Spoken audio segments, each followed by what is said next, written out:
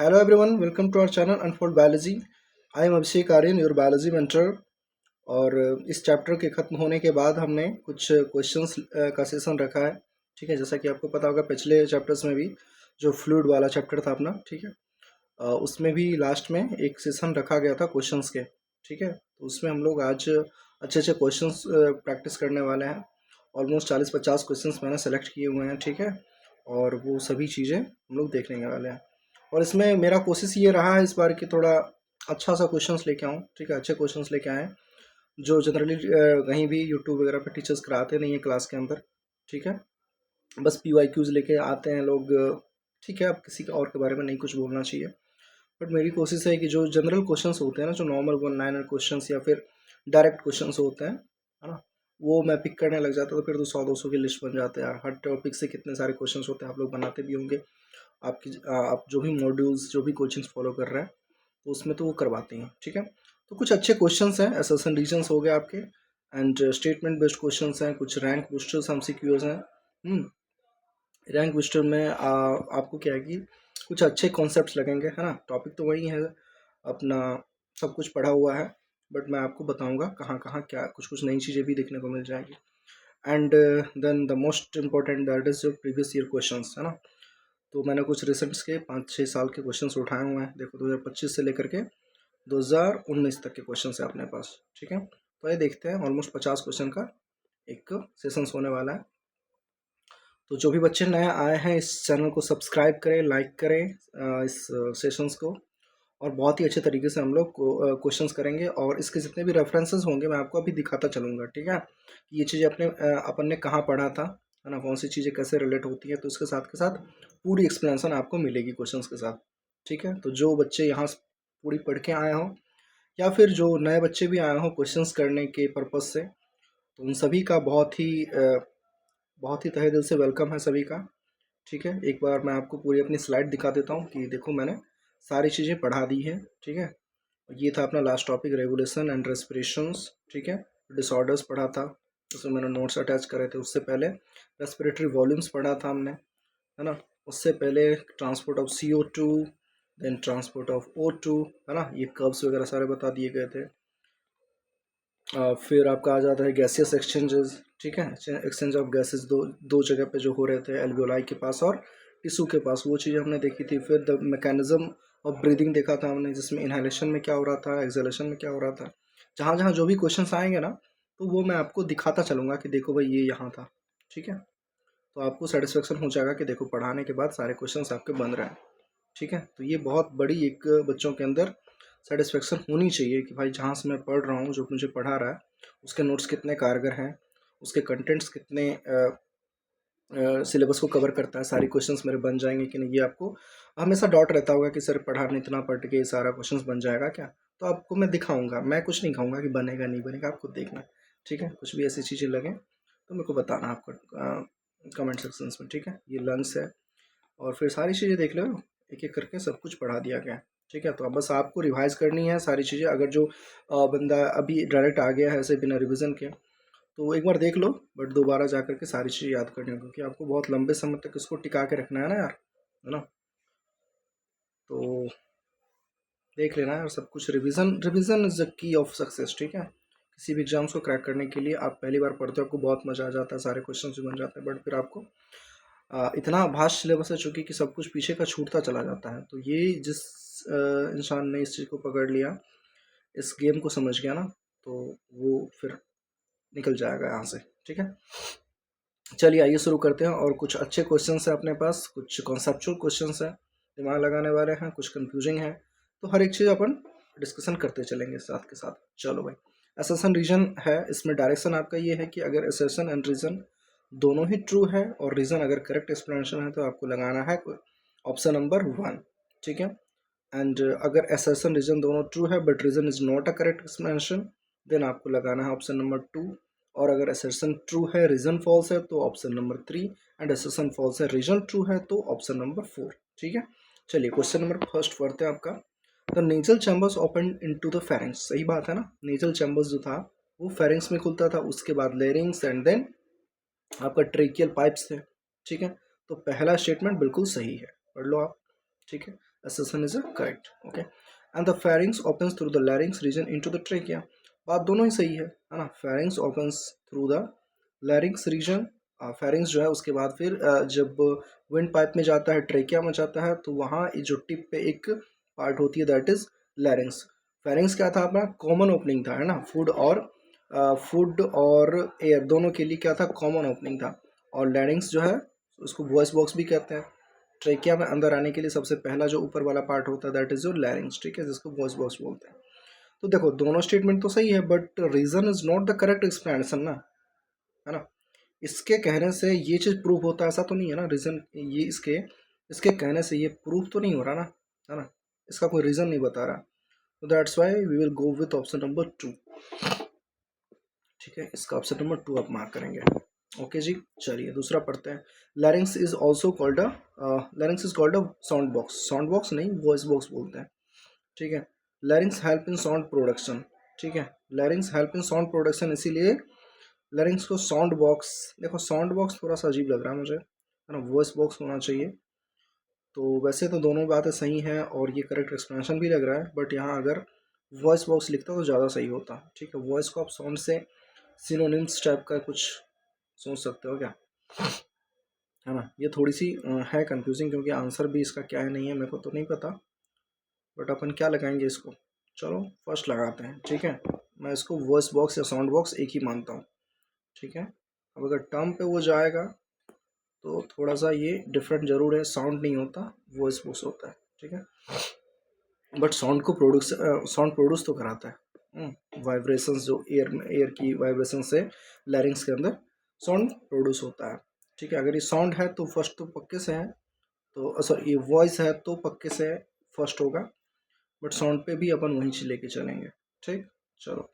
Respiratory rhythm centre is moderated by the pneumotaxic centre located in the medulla reason of the brain. देखो respiratory rhythm centre, आप याद करो RRC. RRC कहाँ होती थी आपकी, आरआरसी होती थी मेडुला के पास. ठीक है, एंड ये जो आरआरसी है ना, ये आरआरसी जो है सो आपका रेगुलेट होता था किसके through, pneumotaxic centre. Pneumotaxic centre इसको रेगुलेट करता था. ठीक है, तो न्यूमोटैक्सिक सेंटर रेगुलेट करेगा आरआरसी को. और ये जो न्यूमोटैक्सिक सेंटर है वो कहाँ लोकेटेड होता है, ये मेडुला में होता है. सॉरी न्यूमोटैक्सिक सेंटर पोन्स के अंदर होंगे. एंड ये आरआरसी जो है, ये वाला आरआरसी, ये आरआरसी जो है ये मेडुला के अंदर, और ये न्यूमोटैक्सिक सेंटर जो है सो पोन्स के अंदर, PONS पोन्स के अंदर. ठीक है, तो बट ये बातें सही है ना. और ये न्यूमोटैक्सिक सेंटर जो है सो इसको मॉडरेट भी करता है. सही बात है, बिल्कुल सही है ये. इसको ऐसे लगाते हैं. ठीक, और pneumotaxic centre controls the switch on point of the inspiration. नहीं यार, है ना. न्यूमोटैक्सिक सेंटर जो था वो कंट्रोल तो करता था बट स्विच ऑफ करता था ना इंस्पिरेशन को. क्योंकि आपका इंस्पिरेशन, अगर वो इंस्पिरेशन का जो ड्यूरेशन वो कम करेगा तभी तो आप रेस्पिरेटरी रेट को बढ़ाओगे. और जैसे जैसे जल्दी जल्दी आप सांस लोगे, हाफोगे, तो CO2 को आप ज़्यादा फ्लश आउट कर सकते हो. ठीक है, ये चीज़ें अपन ने पढ़ा था, मैं आपको दिखा देता हूँ. ठीक है, एक बार ये देख लें आप. देखो ये आरआरसी है रेस्पिरेटरी रिदम सेंटर, ये कहाँ है, मेडुला में. क्लियर बात. न्यूमोटैक्सिक सेंटर है ये लिखा हुआ इसमें, देखो क्या लिखा हुआ, it moderate the function of RRC, है कि नहीं. तो फंक्शन तो आरआरसी को ये मॉडरेट करता है, सही बात है. और ये रेस्पिरेटरी रिदम सेंटर है भी कहाँ, प्रेजेंट मेडुला. तो पहली बात तो बिल्कुल सही है. दूसरी बात इसने कहा है कि न्यूमोटैक्सिक सेंटर जो है सो स्विच ऑन को रेगुलेट करता है. तो ऐसा नहीं है. देखो स्विच ऑफ इंस्पिरेशन हमने पढ़ा था. स्विच ऑफ इंस्पिरेशन से क्या मतलब था कि हमने इंस्पिरेशन के रेट को क्या कर, इंस्पिरेशन के टाइम को क्या कर दिया, जो 2 सेकेंड्स होने चाहिए थे that was reduce to 1 second. ठीक है, हमने क्या किया, हम इंस्पिरेशन को समय को घटा दिया जिससे रेस्पिरेटरी रेट अपना बढ़ गया. तो यहाँ ऑफ नहीं, सॉरी ऑन नहीं होकर के ऑफ होना चाहिए, और इसमें ऑफ लिखा है, तो this statement will be wrong. ठीक है, तो ये गलत हो गया. ये आपका क्या हो गया, गलत हो गया. तो इसके सही और इसके गलत होने से कौन सा ऑप्शन लगेगा, ट्रू एंड फॉल्स जो है ऑप्शन नंबर 3 है आपका. ठीक है, तो ऑप्शन नंबर 3 के साथ चलेंगे. चलिए, ठीक है, कोई दिक्कत तो नहीं है आपको समझने में, है ना. एक बार देख लो, आराम से पढ़ भी सकते हो आप पहले ही, या तो फिर खुद से पॉज करके ट्राई कर लेना एंड देन मेरी एक्सप्लेनेशन देखना, ये भी कर सकते हो. ठीक है, एक बार या तो आप इसके स्क्रीनशॉट ले लो, आप तसल्ली से एक बार ट्राई करें. ठीक है, हालांकि लेक्चर के बाद तो मैं तो लगा ही दूंगा उसमें PDF में. ठीक है, बट आप ट्राई करें. चलो स्क्रीनशॉट ले लो आप, फिर आप ट्राई करना 1 2 3 ओके, एंड देन आप इसका भी स्क्रीनशॉट ले लो, फिर मेरे साथ आंसर मैच कर लेना 1 2 3 ओके। रैंक बूस्टर एमसीक्यूज है ना, इसके भी आप स्क्रीनशॉट ले लो खुद से अगर ट्राई करने का मन हो किसी को तो 1 2 3 ओके। प्रीवियस ईयर क्वेश्चंस हैं, इसमें थोड़े आपको ऐसे दिखेंगे नहीं शायद, चलो ठीक है, इसको भी देख लो 1 2 3 okay. And past 5 year MCQs हैं, एक बार इसको भी आप स्क्रीनशॉट लेके ट्राई कर लें। चलो ठीक है, ले लिया ओके, चलो बढ़ते हैं। अब मैं आपके लिए वेट तो नहीं कर सकता ना यार, मेरे को तो पढ़ाना होगा। ठीक है, क्वेश्चंस करें आप, ठीक है क्वेश्चंस करें, और जहाँ से भी मिल रहे हैं क्वेश्चंस करें, अच्छे स्टैंडर्ड बुक से करें। मैं भी किसी बुक की ही रेफरेंस लेके आया हूँ, उसी के कटआउट्स हैं अपने पास, ठीक है। तो चले, if there is no air in trachea it will not collapse, बात सही है। और trachea is having the cartilaginous ring, देखो ये इसी की वजह से ये बात सही होती है। रीज़न और एसेसन का मेन कॉन्सेप्ट क्या होता है, आपको ये समझना होता है। कई बार तो दोनों स्टेटमेंट सही हैं, दोनों ही रिलेटेड भी होते हैं, बट आपको ये समझ नहीं आता कि भाई ये रीज़न है या नहीं। तो जब भी आप पैराग्राफ्स कोई पढ़ते हो, कोई भी एनसीईआरटी की लाइंस पढ़ते हो, तो वहाँ 2 3 4 5 ऐसे वर्ड हैं जिसकी वजह से आप पकड़ सकते हो, ठीक है। यहाँ कहीं लिखा हो सो, देयर फोर, हेंस, है ना, तो इस तरीके के जो वर्ड्स होते हैं वो ये दिखाते हैं कि हाँ भैया दिस इज कॉज्ड बाय, इस तरीके की जो लाइंस होती हैं, बिकॉज ऑफ दिस, एंड फिर वहाँ से शुरू होता है। तो इस इन सब चीज़ों की वजह से आपको जो है सो वो समझ आ जाएगा कि ये रीजंस दे रहे हैं, ठीक है, रीजंस दे रहे हैं, तो रीजन जो दे वही रीजन, ऐसा रीजन में करेक्ट एक्सप्लेनेशन वाला पार्ट सही होगा उसका, ठीक है। तो देखो आप, if there is no air in trachea it will not collapse, एकदम बात सही है कि हमारी जो ट्रेकिया वो कभी भी कोलैप्स नहीं होती, क्यों। अब इस क्यों का जवाब है कि trachea is having the cartilaginous ring, सही बात है। तो ट्रेकिया के पास ऐसे रिंग थे ना, ऐसे करके इनकम्प्लीट कार्टिलेजनस रिंग, ठीक है, हाइलिन कार्टिलेज था आई थिंक, हाँ। ये दोनों बातें सही हैं एंड ये करेक्ट एक्सप्लेनेशन भी है, ठीक है। कितना भी कुछ हो जाए ये ट्रेकिया को कोलैप्स नहीं होने देता, किसकी वजह से, बस इस रिंग्स की वजह से, ठीक है, कार्टिलेजनस रिंग। तो ये दोनों ही बात सही है और करेक्ट एक्सप्लेनेशन भी है, तो इसका ऑप्शन नंबर 1 जाएगा भाई, ठीक है। चलो क्वेश्चन नंबर 5 देखते हैं।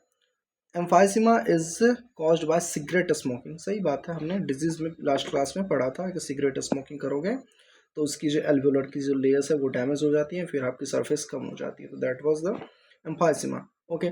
सो इसके रीजंस क्या देख लेते हैं। Cigarette smoking reduce the gases exchange area, सही बात है, दोनों ही एकदम सही है और ये करेक्ट एक्सप्लेनेशन भी है ना। मैं आपको ये बिकॉज वाला जो भी मैं बताऊँ दिखाता हूँ क्यों। ड्यू टू विच मीन्स क्या, रीज़न ना, किसकी वजह से ऐसा हो रहा। तो ऐसे ऐसे जो जहाँ भी वर्ड्स आप पढ़ो तो उसको मार्क कर लेना, है ना, स्टार मार्क्स कर लेना कि भैया यहाँ से आपके असर्शन रीजंस बन सकते हैं, ठीक है भाई। चलो तो इसके भी मैं ऑप्शंस 1 लगा दूँ, ठीक। Assertion, solubility of the CO2 is 20 to 25 times more than O2, ठीक है, PO2 is lower than PCO2 in alveoli। हाँ देखो ये बात तो सही है, पहली बात है ना, पढ़ाया कि नहीं पढ़ाया, सोलिबिलिटी ऑफ CO2 जो है 20 से 25 टाइम्स ज़्यादा होती है O2 के कंपेयर में, ठीक है, तो ये ध्यान रखना, नहीं पढ़ाया हो तो उसमें ऐड कर लेना। And PO2 is lower than PCO2 in alveoli, ये तो सरासर झूठ बात है ना, एल्वियोलाई के अंदर PO2 कैसे कम हो जाएगा भाई, PCO2 से कम, ऐसा कैसे हो सकता है। तो this is your wrong statement, ठीक है, तो ये आपका क्या हो जाएगा, गलत हो जाएगा। तो इसके गलत होने से ऑप्शन नंबर कौन सा आ जाएगा, सही एंड गलत, ऑप्शन नंबर 3, ठीक है। ये फैक्ट है भाई, ये फैक्ट है एकदम, 20 से 25 टाइम्स जो है ज़्यादा होती है solubility of CO2। 7th question number देखते हैं, देखते हैं। We have two lungs which are covered, which we have two lungs, हाँ सही बात है, 2 लंग्स है, which are covered by the double layer pleura with pleural fluids between them, एकदम सही बात है, मैंने पढ़ाया था जब स्ट्रक्चर्स ऑफ लंग्स पढ़ रहे थे अपन, तो 2 लेयर्स थी, है ना, विसरल और प्लूरल मेम्ब्रेन था आपका, ठीक है। तो ये विसरल और प्लूरल मेम्ब्रेन, हाँ सही है। तो ये 2 लेयर होती हैं और उसके अंदर जो है सो फ्लूइड होते हैं, प्लूरल फ्लूइड्स होते हैं बिटवीन देम। तो ये प्लूरल फ्लूइड क्या करता है, reduce friction on the lungs, है ना, फ्रिक्शन को कम करता है, ठीक है, घर्षण को कम करता है ये, तो दोनों ही बात सही है। प्लूरल फ्लूइड है और ये फ्लूइड का क्या काम है, तो ये फ्रिक्शन को कम करता है, तो ये भी एकदम सही है दोनों स्टेटमेंट। और फिर ये करेक्ट एक्सपेंशन भी मेरे को लग रहा है यार, ठीक है, इसमें कोई दिक्कत मुझे दिख नहीं रही, ठीक है। कंफ्यूजन यही होगा, है ना, थर्ड फोर्थ में कंफ्यूजन नहीं होगा, कंफ्यूजन हमेशा 1 होगा या 2 होगा, इस तरीके की चीज़ें में होती हैं, है ना। अगर नॉट एक्सप्लेनेशन हो करेक्ट, मतलब दोनों सही हैं और करेक्ट एक्सप्लेनेशन है या नहीं, इस बात को पकड़ना थोड़ा सा मुश्किल हो जाता है, ठीक है। एक सेकेंड, ओके ओके ओके, चलो ठीक। सो क्वेश्चन नंबर 8 पे आते हैं। An increase in pulmonary volume decrease the intrapulmonary pressure. सही बात है कि increase in pulmonary volume, volume बढ़ेगा पल्मोनरी का तो प्रेशर डिक्रीज हो जाएगा। और ऐसा कब होता है, ऐसा कब होता है, ऐसा होता है इनहेलेशन के टाइम। इनहेलेशन के टाइम आपको एटमॉस्फेरिक प्रेशर ज़्यादा रखनी होती है ना। एटमॉस्फेरिक प्रेशर ज़्यादा रखोगे और अंदर का प्रेशर कम रखोगे तो तभी तो एयर जो है सो बाहर से अंदर आ पाएगी। तो आपको क्या करना होता है कि इंट्रापल्मोनरी प्रेशर तो कम करनी होती है, ओके, एंड वॉल्यूम को क्या होती है, बढ़नी होती है, क्योंकि फिर एयर आएगी तो वॉल्यूम, है ना, बढ़ा के रखनी है ना। तो that is your true, okay. So expiration takes place when intrapulmonary pressure is lesser than the atmospheric pressure, ठीक है। So expiration takes place when intrapulmonary pressure is lesser than atmospheric, नहीं भाई, आप एक्सपिरेशन जब कर रहे हो तो इंट्रापल्मोनरी प्रेशर को ज़्यादा रखोगे ना, आपको बाहर से, सॉरी, अंदर से बाहर सांस छोड़नी है ना, तो अंदर के प्रेशर को ज़्यादा करनी है। तो अंदर का प्रेशर मतलब व्हाट, इंट्रापल्मोनरी प्रेशर।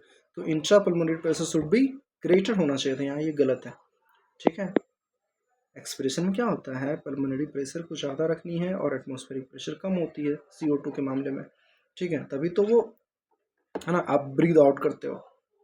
तो एक्सप्रेशन के समय में ये लेसर नहीं, हायर होनी चाहिए, तो ये गलत हो गए। अब सही गलत वाला क्या है अपने पास, ऑप्शन नंबर 3, ठीक है। समझ आ रही है आपको, फ्लो एकदम मेंटेन्ड है, कोई दिक्कत तो नहीं। इसमें देख रहे हो आप, मतलब एक तो आप कितना सब कुछ रिवाइज होता चल रहा है, ऊपर से चीज़ें समझ आ रही है कॉन्सेप्चुअल की, कहाँ कहाँ ऐसे सेशन रीजन्स बना सकते हैं, ठीक है। चलो, tidal volume is the volume the air inspired और expired with each normal breath. हाँ सही बात है, टाइडल वॉल्यूम जो आपका 500 ml था, वो क्या था कि आप या तो इंस्पायर करते हो 500 ml या फिर एक्सपायर करते हो 500 ml। नॉर्मल ब्रीदिंग जब भी कर रहे हो तो टाइडल वॉल्यूम को ही ऊपर नीचे कर रहे हो, ठीक है। तो दिस इज ट्रू।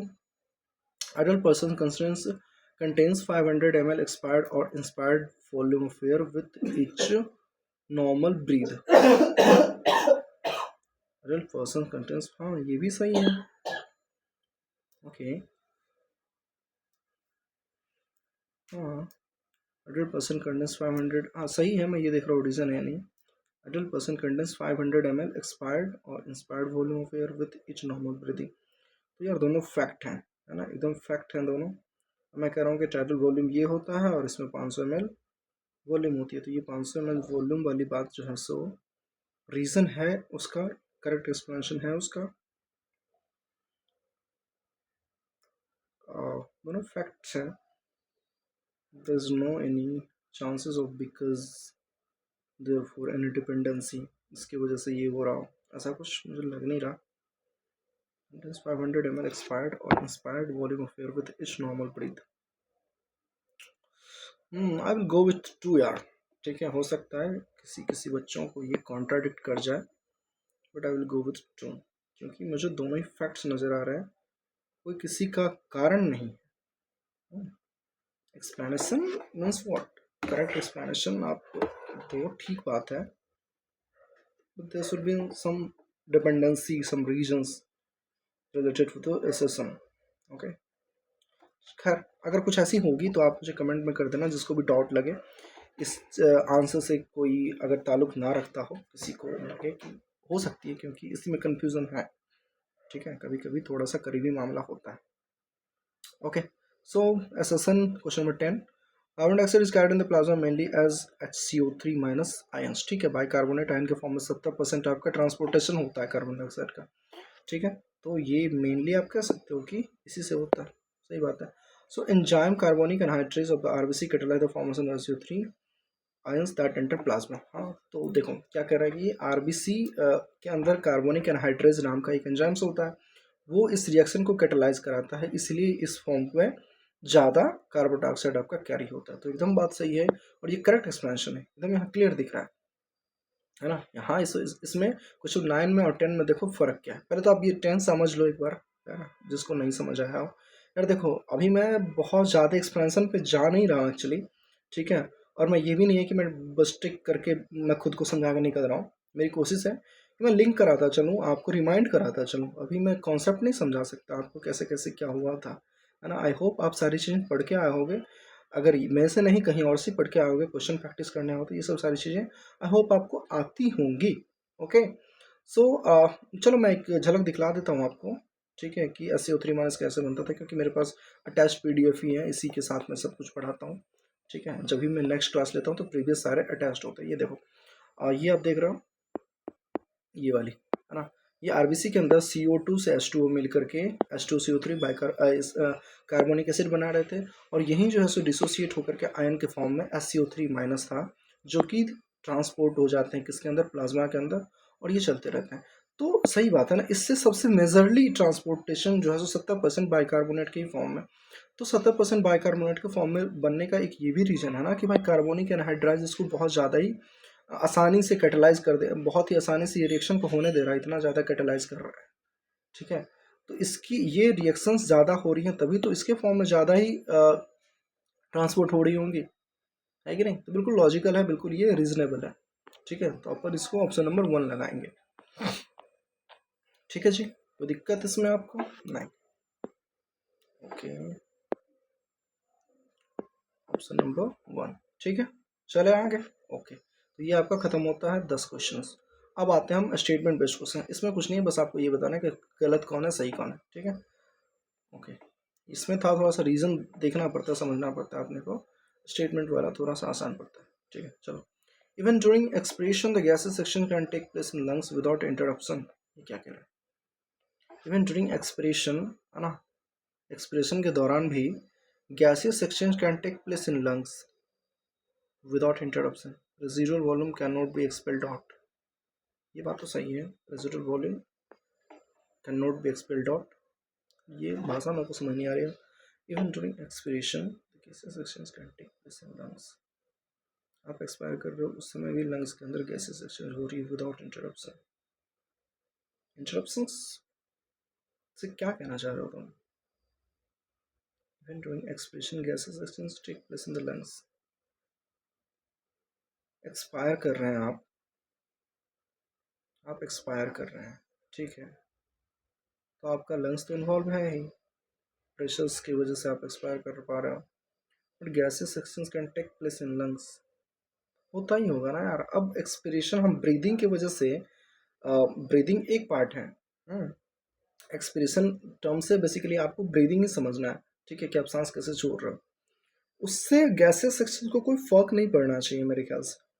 क्यों कोई फर्क पड़ेगा, वो तो हम हमेशा ब्रीद करते हैं, है ना, 12 to 16 टाइम्स पर मिनट ब्रीद करते हैं ना, क्या था यही तो था रेट, हाँ। तो मेरे को ये सही लग रहा है। अब पता नहीं विदाउट इंटरप्शन से किसका ये कुछ कहना चाह रहा है, इंटरप्शन कौन करेगा, क्या इंटरप्शन मतलब कि गैसेस सेक्शन जब आप एक्सपायर कर रहे हो तभी गैसेस सेक्शन रुक जाने चाहिए, ऐसा तो नहीं होता। गैसियस एक्सचेंज क्यों रुकेगा एक्सपिरेशन की वजह से, वो तो अपना काम कर रहा है, चाहे वो एल्वेलाई के पास गैसियस एक्सचेंज हो या फिर टिश्यू के पास हो, गैसियस एक्सचेंज तो चलते ही रहेंगे इवन ड्यूरिंग एक्सपिरेशन भी। अगर ये बात कह रहे हो फिर तो सही है, चलो इसको दोनों सही मानते हैं। अगर इसमें कुछ हो तो आप किसी को भी डाउट लगे, मैं भी दोबारा देख लूँगा इसका आंसर, मेरे पास इसके आंसर की नहीं यार, ठीक है। तो मैं अभी फ्रिक्वेंटली चेक कर, और आंसर की भी उतना भरोसा नहीं करना, जो आपने पढ़ा है जिस कॉन्सेप्ट पे आप टिके हो उस पर भरोसा रखना। मैंने कई सारे बुक्स देखे हैं ना, बहुत अच्छे अच्छे इंस्टीट्यूट्स के बुक देखे हैं, आंसर बहुत सारे गलत होते हैं। तो उसको लेकर के स्ट्रेस कभी नहीं लेना कि यार आंसर मैच नहीं हो रहा, कॉन्सेप्ट तो सही लग रहा है, कॉन्सेप्ट सही है, this is the most important, ठीक है। आंसर के चलते जो है सो कई बार क्वेश्चंस जो नीट के अंदर भी आंसर्स में करेक्शंस होते हैं, है ना। तो आपने जो पढ़ा है उस पर आप ट्रस्ट करो, उस पर आप टिके रहो, ठीक है। तो इसमें मुझे तो यही लग रहा है कि एक्सप्रेशन जब आप कर रहे हो तो फिर वो गैसेस सेशंस क्यों इंटरप्ट होगी, बिल्कुल सही है। चलो खैर बढ़ते हैं आगे, इसका ऑप्शन नंबर, हाँ इसके डायरेक्शंस देख लो आप, 1 और 2 अगर दोनों सही हैं तो आपको लगाना है फर्स्ट, दोनों अगर इनकरेक्ट हैं तो आपको लगाना है 2, फर्स्ट करेक्ट सेकंड इनकरेक्ट है तो आपको लगाना है 3, और फर्स्ट इनकरेक्ट और सेकंड करेक्ट है तो आपको लगाना है 4, ठीक है। तो अभी हम लगाएंगे ऑप्शन नंबर 1, ओके। सो आइए नेक्स्ट देखते हैं, tidal volume is volume of air inspired और एक्सपायर्ड ड्यूरिंग नॉर्मल रेस्पिरेशन। बिल्कुल सही बात है, 500 ml वाली चीज़ है। टाइडल वॉल्यूम इज 500 ml, सही है, दोनों ही सही है। तो ऑप्शन नंबर 1, ठीक है। Inspiratory capacity is the volume of air that will remain in the lungs after a normal expiration. Okay, so inspiratory capacity क्या होती है भाई? Inspiratory capacity ये था, ये टाइडल वॉल्यूम, ठीक है, ये टाइडल वॉल्यूम, ये IRV और ये ERV, ठीक है, ये तो थी। तो अब क्या पूछ रहा है? इंस्पिरेटरी कैपेसिटी पूछ रहा है ना, inspiratory capacity, okay. Inspiratory capacity is the volume of air that will remain in the lungs after a normal expiration. Normal expiration करके आप यहाँ पहुँच गए, नॉर्मल एक्सपिरेशन करके आप यहाँ पहुँच गए। तो inspiratory capacity the volume of air that is remain in the lungs after normal expiration, नहीं ना। इंस्पिरेटरी कैपेसिटी तो ये हो जाएगी आप, सुनिए, इंस्पिरेटरी कैपेसिटी, तो ये volume will remain in the lungs after normal expiration. Normal expiration करके तो ये वॉल्यूम आप हटा चुके हो अपने, नॉर्मल एक्सपिरेशन करके, नॉर्मल एक्सपायर करके ये वॉल्यूम्स जो हैं, ये वाले वॉल्यूम, इसको तो आपने निकाल दिया ना। रिमेन इन द लंग्स, नहीं लंग्स में कहाँ, ये गलत है। अगर ये बातें कहता वो एक्सपिरेटरी कैपेसिटी के लिए तब सही होता है ना।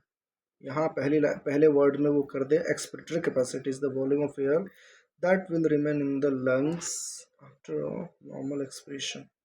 नहीं, खैर वो भी गलत हो जाएगा, क्योंकि फिर उसमें आर भी तो होता है, रेजिडुअल वॉल्यूम भी होता है। एक मिनट देख लेते हैं ना, जैसे लाइन्स से तो नहीं खेल रहा ये। देखो, inspiratory capacity, total volume air person can inspire after normal expiration से इंस्पायर कर सकता है। नॉर्मल एक्सपिरेशन के बाद बचा हुआ वॉल्यूम थोड़ी है ये। Total volume air person can inspire, यहाँ सवाल में कह रहा था कि ये देखो, पहले तो जिसको नहीं पता वो ग्राफ देख लो एक बार। दिस इज वन इज एक सेकंड, हाँ, this one is the vital sorry tidal volume, ये नॉर्मल चलता है आपका। फिर इंस्पिरेटरी कैपेसिटी तो ये वाली वॉल्यूम हो गई है ना, और एक्सपिरेटरी कैपेसिटी फिर यहाँ से ये उठा लो। तो ये वॉल्यूम जो है, ये वॉल्यूम तो तभी आप इसको तो आप एक्सपिरेटरी कैपेसिटी बोलोगे ना। ये गलत है यार, ठीक है, सरासर गलत है। चलो, inspiratory capacity the volume of air that will remain in the lungs after normal expiration, नहीं गलत है, this one is wrong. And inspiratory capacity include ERV plus RV. Inspiratory capacity include ERV plus RV ना, RV तो किसी में नहीं आएगा, इस कैपेसिटी में आएगा ही नहीं। इंस्पिरेटरी कैपेसिटी कहाँ से कहाँ होती है? इंस्पिरेटरी कैपेसिटी आपकी, sorry, inspiratory capacity include ERV plus RV, कोई सेंस ही नहीं बनता। दिस वन इज ERV और इसके नीचे था आपका RV, इसके नीचे RV, तो ये क्या कह रहा है कि inspiratory include ERV plus RV। Inspiratory capacity ये है भाई, गलत है, दोनों गलत है, ठीक है, दोनों ही गलत है। ऑप्शन नंबर 2, ठीक। चलो, nearly 20 to 25% of the CO2 is transported with RBC। CO2 में 20 से 25 ही होते हैं RBC, कार्बोमिनो हेमोग्लोबिन से, आपको पता होगा। तो ये बात एकदम सही है। एंड 70% CO2 इज बाइकार्बोनेट, एकदम सही है। तो ऑप्शन नंबर 1, ठीक है। और क्वेश्चन नंबर 5 देखते हैं। CO2 diffuse from tissue to alveoli and not in reverse direction. CO2 diffuse from tissue to alveoli and not in reverse direction। बात तो सही है। CO2 कहाँ से निकलेगी? टिश्यू से एल्वेलाई के अंदर ही तो जाएगी, थ्रू ब्लड, है ना, through deoxygenated blood, not in the reverse direction. CO2 alveoli से टिश्यू में तो नहीं आती है, बिल्कुल नहीं आती। तो बिल्कुल सही बात है ये। और CO2 is 10 times more soluble than CO2। 10 times तो नहीं, 20 से 25 टाइम्स। हाँ, तो ये गलत होगी आपकी, ठीक है। ये अभी आपने देखा ना, 20 से 25 टाइम्स CO2 की सॉल्युबिलिटी है, ठीक है। तो ये 10 टाइम्स तो बिल्कुल नहीं होगी। एंड अगर ये सही गलत है तो फिर क्या हो जाएगा, करेक्ट इनकरेक्ट ऑप्शन नंबर 3। मैं कुछ फास्ट फास्ट तो नहीं हूँ ना यार, ठीक है, सब हो मेरे साथ। पीछे छूट गया, अगर पीछे भी छूट जाता तो जिस क्वेश्चन पे मैं आ गया उस पर पकड़ लो पहले, ठीक है। तो ये थोड़ा ध्यान रखना, आपको मेंटेन करनी होगी। क्वेश्चन तभी कराते हैं ना यार जब सारी चीज़ें पढ़ा चुके होते, तो अभी फिर बहुत ज़्यादा एक्सप्लेन करने का कोई मतलब नहीं है ना। बट स्टिल अभी जो भी चीज़ें मुझे लगती है दिखा देनी चाहिए तो पीछे जाके दिखा भी देता हूँ, जितना बताना चाहिए उतना बताता ही हूँ, ठीक है। I hope everything is smooth. Okay, next question. The branching network of the bronchi, bronchioles and the alveoli comprises the lungs. बिल्कुल सही बात, bronchi then bronchioles and then alveoli, ठीक है। उसमें भी थे इनिशियल ब्रोंक्योल्स, टर्मिनल ब्रोंक्योल्स, ठीक है। और ये कार्टिलेजिनस रिंग कहाँ तक था, इनिशियल ब्रोंक्योल्स तक ही था, याद है ना। तो ऐसे से कुछ क्वेश्चंस फंसा भी सकता है। सो स्टेटमेंट 2 क्या कह रहा है, the repeated branching provides a smaller surface area for exchange of gases. क्यों भाई, स्मॉलर सरफेस एरिया क्यों देगा, ये तो जितना ज़्यादा आप ब्रांचिंग बढ़ा रहे हो उतना ज़्यादा सरफेस एरिया बढ़ेगा ना। So this one is a wrong. क्या कह रहा है, smaller surface, this repeated branching, branching अगर रिपीट हो रहा है, बहुत ज़्यादा रिपीट हो रहा है, तो इससे गैसेस एक्सचेंज के लिए वॉल्यूम बढ़ रही है ना यार। और ये क्या कह रहा है, प्रोवाइड स्मॉलर सरफेस एरिया, नहीं ना, गलत है। सो सही गलत मतलब, सही गलत मतलब कुछ ऑप्शन नंबर 3, ठीक है। किसी को लगे है ना कि हो सकता है मैं अभी फ्लो में चल रहा हूँ, किसी को लगे कि नहीं यार ये गलत बता रहा है, ठीक है, तो मेरे को बता देना कमेंट्स के अंदर, ठीक है, कि फलाने क्वेश्चंस में, फलाने सेक्शंस में कुछ एरर है या आपको कन्फ्यूज़न हो सकती है ना, या मैं गलत हो सकता हूँ, तो कुछ भी पॉसिबिलिटी है, एवरीथिंग इज ओके, बट आपको बताना ज़रूरी है, ठीक है। सो क्वेश्चन नंबर 7 देखते हैं, lungs are covered by the double layered pleural membranes with pleural fluid between them. बिल्कुल सही बात है, this reduce friction on the lung surface, एकदम सही सही, ऑप्शन नंबर 1, ठीक है। Breathing becomes difficult in asthma, सही बात, और अस्थमा का जुड़े इन्फ्लेमेशन ब्रोंका ब्रोंका, बिल्कुल सही बात है। देखो अस्थमा के अंदर होता ही है ना ब्रीदिंग में प्रॉब्लम, हम्म और उसी में तो वो कफ, वो क्या कहते थे, विजिंग विजिंग साउंड्स आती है ना, ऐसे रुक रुक के, ठीक है, सीटी जैसे। और अस्थमा अकस, हाँ अस्थमा में क्या होती है, inflammation of the ब्रोंका and bronchioles हो जाते हैं, जैसे कि सांस जा तो चली तो जाती है बट बाहर नहीं आ पाती है ना, तो उस समय बड़ी दिक्कत होती है। तो ऐसे सब ऐसे वो अजीब सा ही दम्मा जैसा प्रॉब्लम होती है, वो दम्मा ही है वो जैसा कि ठीक है। खैर अभी तो दोनों सही है यहाँ, तो ऑप्शन नंबर 1, ओके भाई। चलो स्टेटमेंट 1 क्वेश्चन नंबर 9 का क्या है, same mechanism of breathing are adopted by the different organism. ऐसा किसने कह दिया, डिफरेंट ऑर्गेनिज्म के अंदर तो different mechanism of the breathings होते हैं। मैंने पूरी लिस्ट बताई थी आपको, पॉरीफेरा से लेकर के फाइनली कोडिटा तक की सारी चीज़ें बताई थी। तो this is wrong, and mechanism of the breathing do not vary among organism। तो गलत गलत मीन्स, गलत गलत मीन्स ऑप्शन नंबर 2 ना, yes. Question number 10, larynx is called drum box, नहीं यार तुम्हारा तुम क्या था वहाँ, साउंड बॉक्स बर्दाश्त कर लिए थे उस समय, अब ड्रम बॉक्स तो नहीं बर्दाश्त करेंगे यार, है ना, तो ये तो गलत है, उसको भी यार गलत कह सकते हो फिर अगर ये ड्रम बॉक्स से खेल रहा है तो। Larynx is a cartilaginous box which help in sound production, सही बात है, this one is correct. Larynx जो है सो कार्टिलेजिनस एक स्ट्रक्चर्स होती है बॉक्स लाइक, है ना, और वहाँ वाइब्रेशंस होती है जब आप सांस लेते हो तो एयर की वजह से, और वहीं से फिर साउंड प्रोड्यूस होती है। तो this one is true but it is not called the drum box, larynx is called the voice box, ठीक है। तो ड्रम तो बिल्कुल नहीं होगा, वॉइस की जगह पे मैंने क्या एक बर्दाश्त कर लिया था, साउंड बॉक्स, ठीक है, साउंड बॉक्स रहने दो, ड्रम बॉक्स तो पता ही नहीं होगा, ओके। सो अगर गलत सही है तो, गलत सही है तो पहले गलत बाद में सही, ध्यान रखना यार। इनकरेक्ट इनकरेक्ट ऑप्शन नंबर 4 हो जाएगा भाई, देखो जाते जाते ऑप्शन नंबर 4 भी दे गया, ठीक। चले, तो अभी हमने 20 क्वेश्चंस कर लिए, है ना। अब और थोड़े से अच्छे क्वेश्चन है इसमें, एक दो क्वेश्चन ऐसे जो मेरे को बताने पड़ेंगे थोड़ा, जो कि पढ़ाया नहीं गया है और सिलेबस में है भी नहीं, बट डाल दिया तो अपन उसको भी करके आए हैं, कैसे बताना आपको, ओके। चलो रैंक क्वेश्चंस एमसीक्यूज, तो इसमें कह रहा है कि which of the following statement is correct about blood constituents and transport of the most accurate respiratory gases. ठीक है, तो ऑप्शंस पढ़ें क्या? RBC transport oxygen versus plasma transport only carbon dioxide नहीं। अच्छा, तो इस रिलेटेड है तो इसका पहले सोच लो आपकी ऑक्सीजन की ट्रांसपोर्ट हो या कार्बन डाइऑक्साइड की ट्रांसपोर्ट हो, आपके ब्लड के दोनों कंपोनेंट आरबीसी और प्लाज्मा इन्वॉल्व होंगे। ठीक है ना? तो ऑक्सीजन में भी आपने देखा था कि 3% आरबीसी से, बाकी सारे प्लाज्मा से होते थे ना। 3% आरबीसी से, मैं सही कह रहा हूँ? 97% प्लाज्मा से, मैं उल्टा कह रहा हूँ? एक सेकंड यार। कहाँ गया? 3% प्लाज्मा से, हाँ सॉरी, 3% प्लाज्मा से, 97% आरबीसी से। मैं कैसे ये गलत कर सकता हूँ, सॉरी यार, है ना? तो मतलब अब अभी सवाल में तो ये कह रहा है कि दोनों से हो रहे नहीं हो रहे। ठीक है, तो RBC transport oxygen where plasma transport only carbon dioxide नहीं भाई, प्लाज्मा भी कार्बन डाइऑक्साइड सी और ऑक्सीजन कैरी करेंगे, और आरबीसी भी CO2 and O2 both carry करेंगे। ठीक है, तो ये तो गलत है। RBC as well as WBC transport both oxygen and carbon dioxide. WBC कहाँ से आ गया?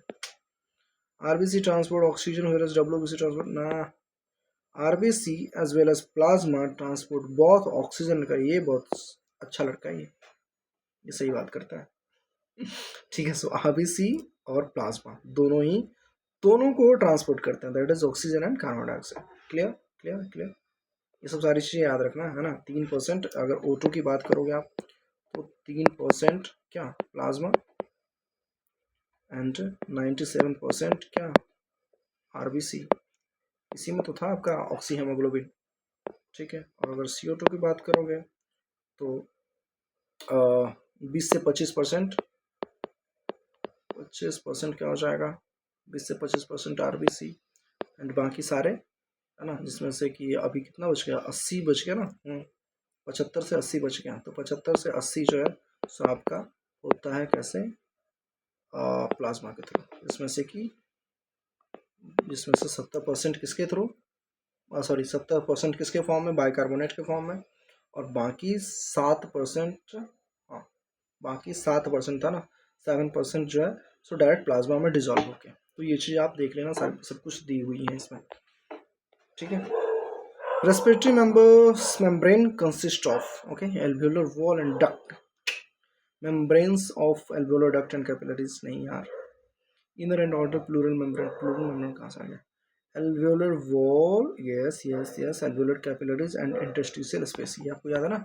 बेसमेंट मेम्ब्रेन था, फिर एक वो क्या कहते हैं, उसकी लाइनिंग थी, इसको हम क्या कहते थे? मेसोथीलियम बोलते थे क्या? Sorry, endothelium, endothelium, basement membrane, and this one is a simple squamous epithelium. ठीक है, ये तीनों जो लेयर है, ठीक है, इसमें देखो क्या कह रहा है, simple squamous epithelium of the alveoli and basement membrane and endothelium. तो simple squamous epithelium of alveoli का क्या कहोगे? एल्वेओलर वॉल कह सकते हो। ठीक है, बेसमेंट मेम्ब्रेन ये वाला स्पेस हो गया। ठीक है, एंड एंडोथेलियम क्या हो गया? ब्लड कैपिलरीज, जो कैपिलरीज है उसके अंदर जो स्क्वामस एपिथेलियम्स की लेयर है, दैट इज कॉल्ड एंडोथेलियम। ठीक है, सिंपल स्क्वामस एपिथेलियम। तो ये तीनों लेयर से बनते हैं आपकी क्या? Diffusion membrane. तो यही चीज़ पूछ तो रहा है। देखो ऑप्शन नंबर लास्ट वाला जो था, फोर्थ में यही चीज़ दी हुई थी।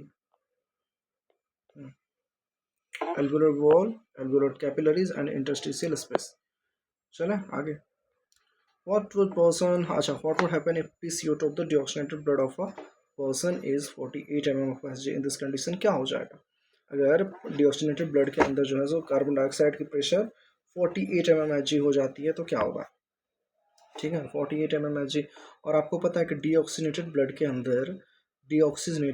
अंदर PCO2 मैक्सिमम कितनी हो सकती है? 45 हो सकती है कि नहीं? और ये कहाँ पूछा? डिऑक्सीनेटेड ब्लड के अंदर पूछा है। हाँ, तो डिऑक्सीनेटेड ब्लड के अंदर PCO2 कितनी होती है? 45 होती है। 45 होती है, टिश्यू के अंदर 45 होती है ना। एक सेकंड यार, CO2 डिऑक्सीनेटेड ब्लड के अंदर 40 होती है या 45 होती है? 45 टिश्यू के पास तो होती हैं। क्या लिस्ट था ना नीचे टेबल जैसा। डिऑक्सीनेटेड ब्लड के अंदर PCO2 45 ही तो होगा, सही तो मैंने कहा। देखो भाई, this one is PCO2 and this one is 45। इसमें क्या दिक्कत होगी? 45 होनी चाहिए, बट अगर 48 हो जाता तो क्या होता? तो सवाल ये है आपका, ठीक है। उससे ज़्यादा हो जाएगा तो ऑब्वियसली जो है सो फिर जैसे कि CO2 बढ़ने से क्या हो जाता है आपका? CO2 बढ़ने से आपको पता है ना, टिश्यू के पास CO2 बढ़ेगा तो फिर मैंने बताया था कि H+ आयंस बढ़ेंगे, ठीक है। CO2 बढ़ने से H+ आयंस बढ़ते हैं। क्यों? क्योंकि वही वाला बात जो अभी CO2 के ट्रांसपोर्ट में हमने पढ़ा था। ये देखो कहाँ गया, हाँ।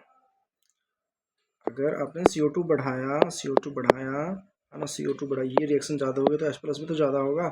H+ ज़्यादा होने से क्या हो जाएगा आपका? मीडियम एसिडिक हो जाएगा, है ना, एसिडिक मीडियम हो जाएगा।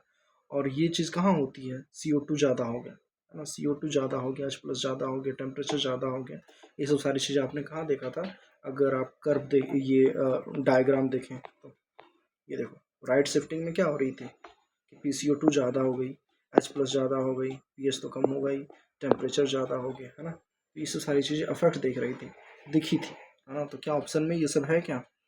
अभी तो मेरा पूरा ऑप्शंस पढ़ा नहीं है, बट मेरे को लगता है इसी पे आकर के वो रुकेगा, ठीक। तो आपको ये चीज़ समझ आ गई, CO2 बढ़ रही है, PCO2 बढ़ रही है ना, 45 होनी चाहिए थी बट 48 कह रहा है ये, तो PCO2 बढ़ना ही तो हुआ। हाँ, H+ बढ़ेगी कि नहीं बढ़ेगी? क्यों बढ़ेगी? तो ये अभी मैंने बताया, CO2 बढ़ा तो H+ तो बढ़ना ही है ना। अब H+ बढ़ा तो ये एसिडिक होगा कि नहीं होगा, है ना। इसी को तो अपन वो कह रहे थे ना, बोस इफेक्ट, देख रहे हो, बोस इफेक्ट, ठीक है। तो आप पहले तो ऑप्शंस पढ़ लें। आ रही है ना समझ यार, है ना। जितना पॉसिबल है उतना मैं कर रहा हूँ, बाकी आप देख लेना। बहुत सारी चीज़ें पढ़ी हुई हैं यूट्यूब के अंदर, जहाँ से जो समझ आए पढ़े। आपका रिजल्ट जरूरी है, मेरी चीज़ें बहुत ज़रूरी नहीं है। खैर, हाँ, person experience deep breathing and slow breathing rate, ऐसा किसने कहा? हमें तो पढ़ा ही नहीं गया ऐसा कुछ। डीप ब्रीदिंग और स्लो ब्रीदिंग से कोई मतलब नहीं है। Person experience no change in breathing pattern, breathing pattern change होगा नहीं होगा इस पर अभी नहीं आते हैं, पहले अपन और देखते हैं क्या हो सकता है। हिज O2 डिसोसिएशन कब, हाँ देखो आ गया ना डिसोसिएशन कब पे। His O2 dissociation comes remain shift toward left, left तो तभी होगा ना जब PO2 ज़्यादा होगा। अभी ये कह रहा था कि PO2 को बढ़ा देता, मान लो 95 थी 98 कर देता, 100 कर देता, तो फिर ये हो जाता, लेफ्ट शिफ्ट होता। वही PCO2 को बढ़ा रहा है ना, तो इस O2 डिसोसिएशन कर्व जो है, सो डिसोसिएशन कर्व तो O2 का ही है, दैट्स अंडरस्टूड, है ना, कि कर्व तो O2 वाला ही है वो। लेकिन वो शिफ्ट किधर कर रहा था? राइट शिफ्ट करेगा, है ना, राइट शिफ्ट करेगा, ठीक है भाई, राइट शिफ्ट करेगा, ठीक है।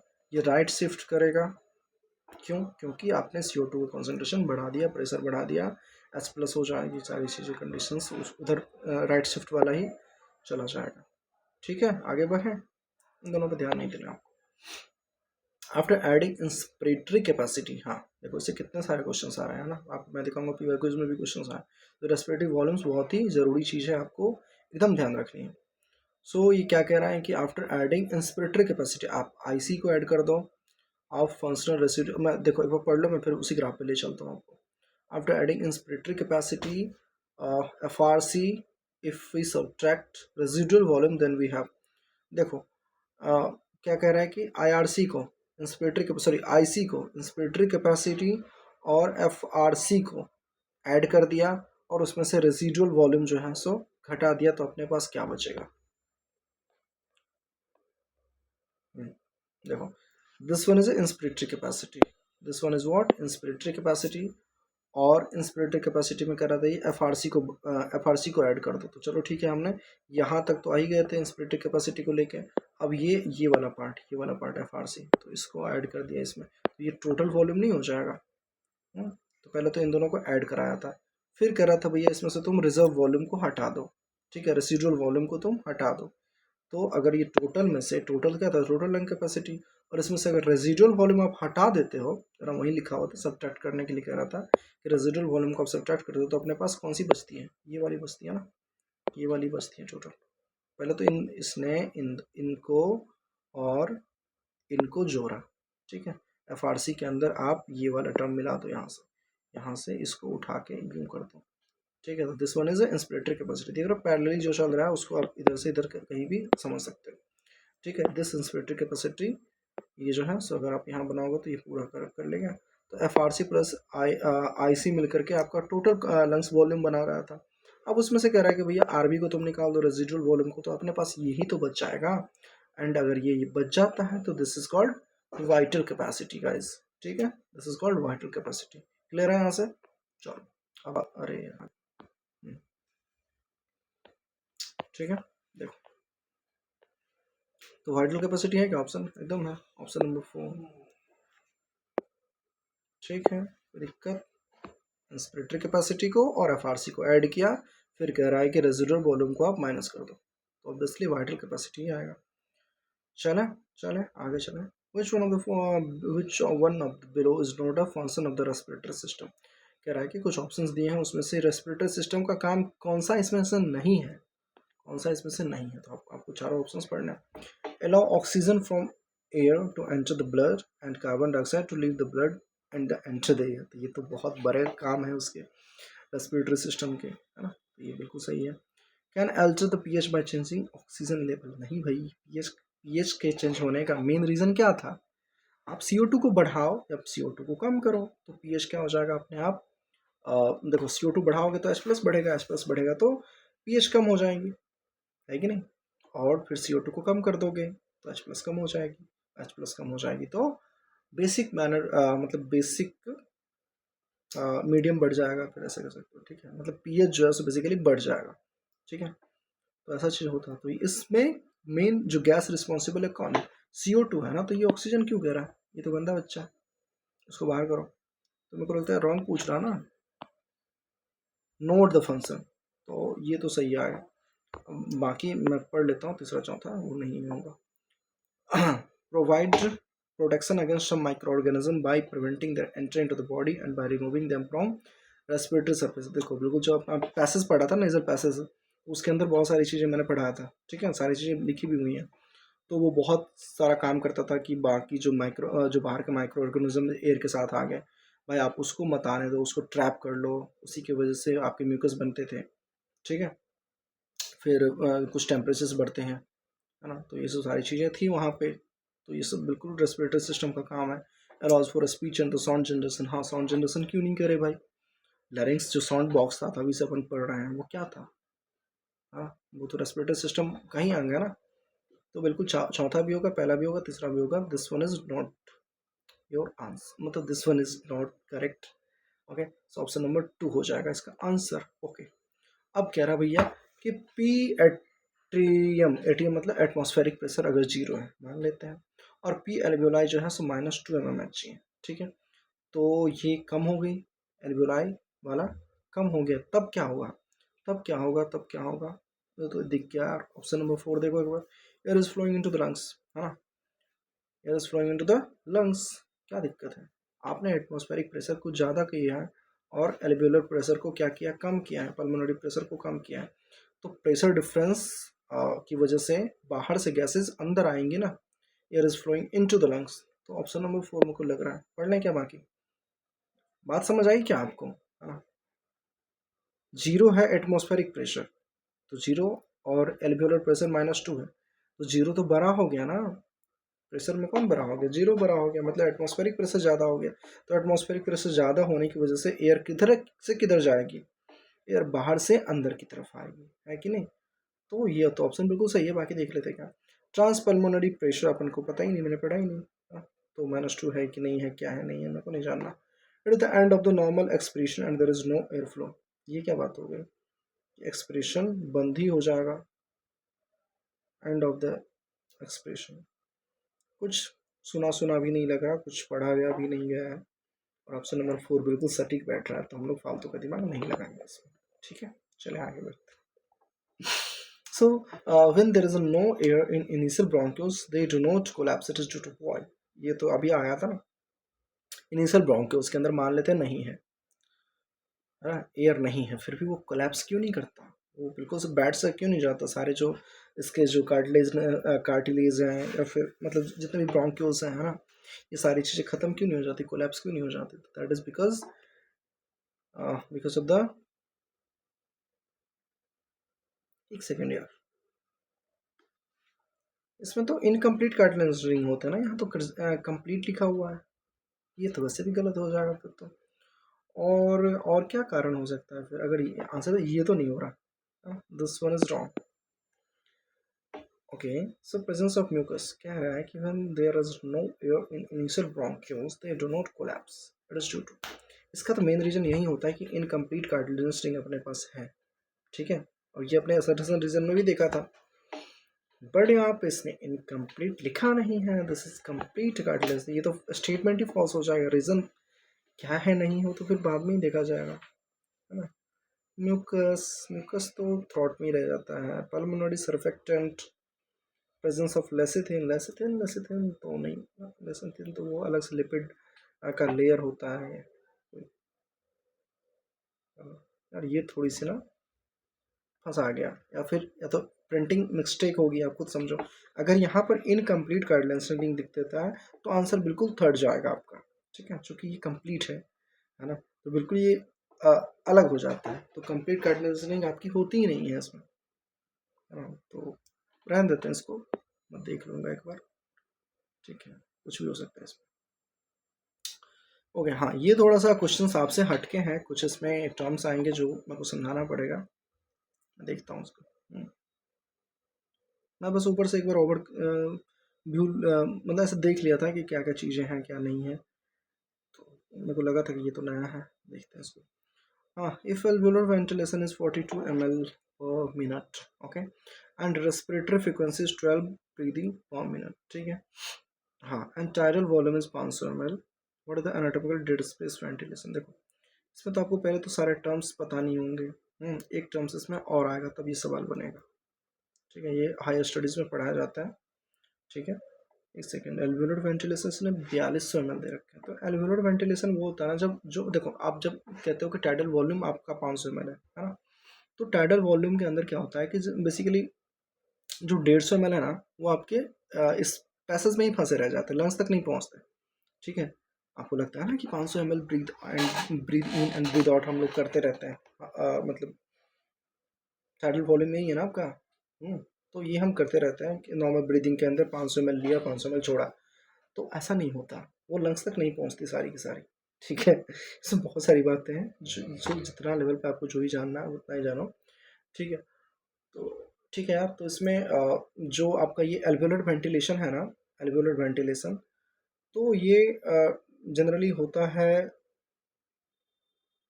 क्या, कि वो अंदर लंग्स के अंदर तक कितना पहुंचा, है ना। तो और ये पर मिनट की बात कर रहा है, जो 500 ml था कितना था, 500 ml तो एक ब्रीदिंग में था ना, और एक ब्रीदिंग में आपकी एक ब्रीदिंग में 500 ml है, और एक मिनट में आप 12 बार ब्रीथ करते हो, तो एक मिनट में फिर ये वॉल्यूम कितनी हो जानी चाहिए थी, है ना। तो ये एक मिनट में जो वॉल्यूम आप क्या कहते हैं इनटेक कर रहे हो ना, इनटेक कर रहे हो, तो वो कितना हो जाएगा फिर, 500 से 12 को मल्टीप्लाई करो तो 6000 नहीं हो जाएगा, तो ये 6000 हो जाएगा। इस 6000 को क्या बोलते हैं पता है आपको, माइन्यूट वॉल्यूम बोलते हैं, माइन्यूट वेंटिलेशन, हाँ मिनट वेंटिलेशन बोलते हैं, ठीक है। ओके, हाँ, this is called minute ventilation बोलते हैं इसको, मिनट वॉल्यूम या मिनट वेंटिलेशन, ठीक है। एक सेकेंड, तो ये हो जाएगा आपका मिनट वेंटिलेशन, तो हो जानी चाहिए आपकी 6000, और इसमें से जो है सो एल्व्यूलर तक क्या गया, एल्व्यूलर तक क्या गया, 4200 ही गया, ठीक है।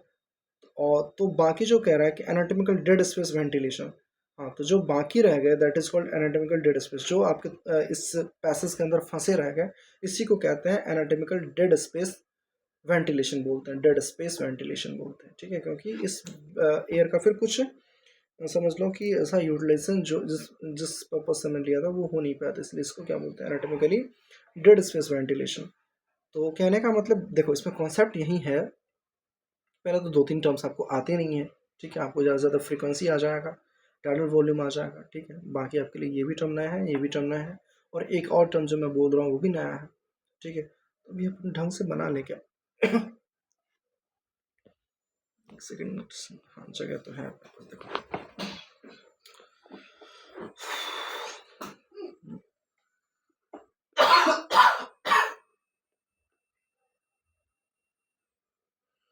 एल्वेोलर वेंटिलेशन 4200 दे रखा है इसमें,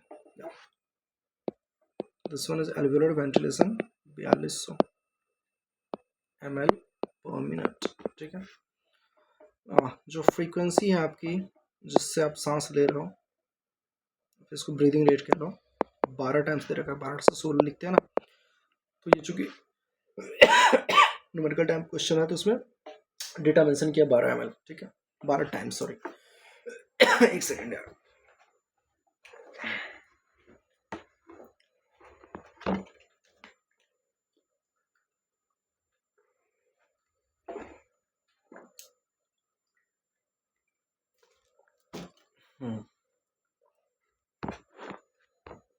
and what is your tidal volume? 500 ml। ये तो पर ब्रीथिंग होती है ना। तो अब आपको एक और चीज निकालनी है, इसको आप इधर रहने दो कि ये भैया एल्वियोलाई में इतना गया, एल्वियोलाई बोलो या फिर लंग्स के अंदर alveolar ventilation.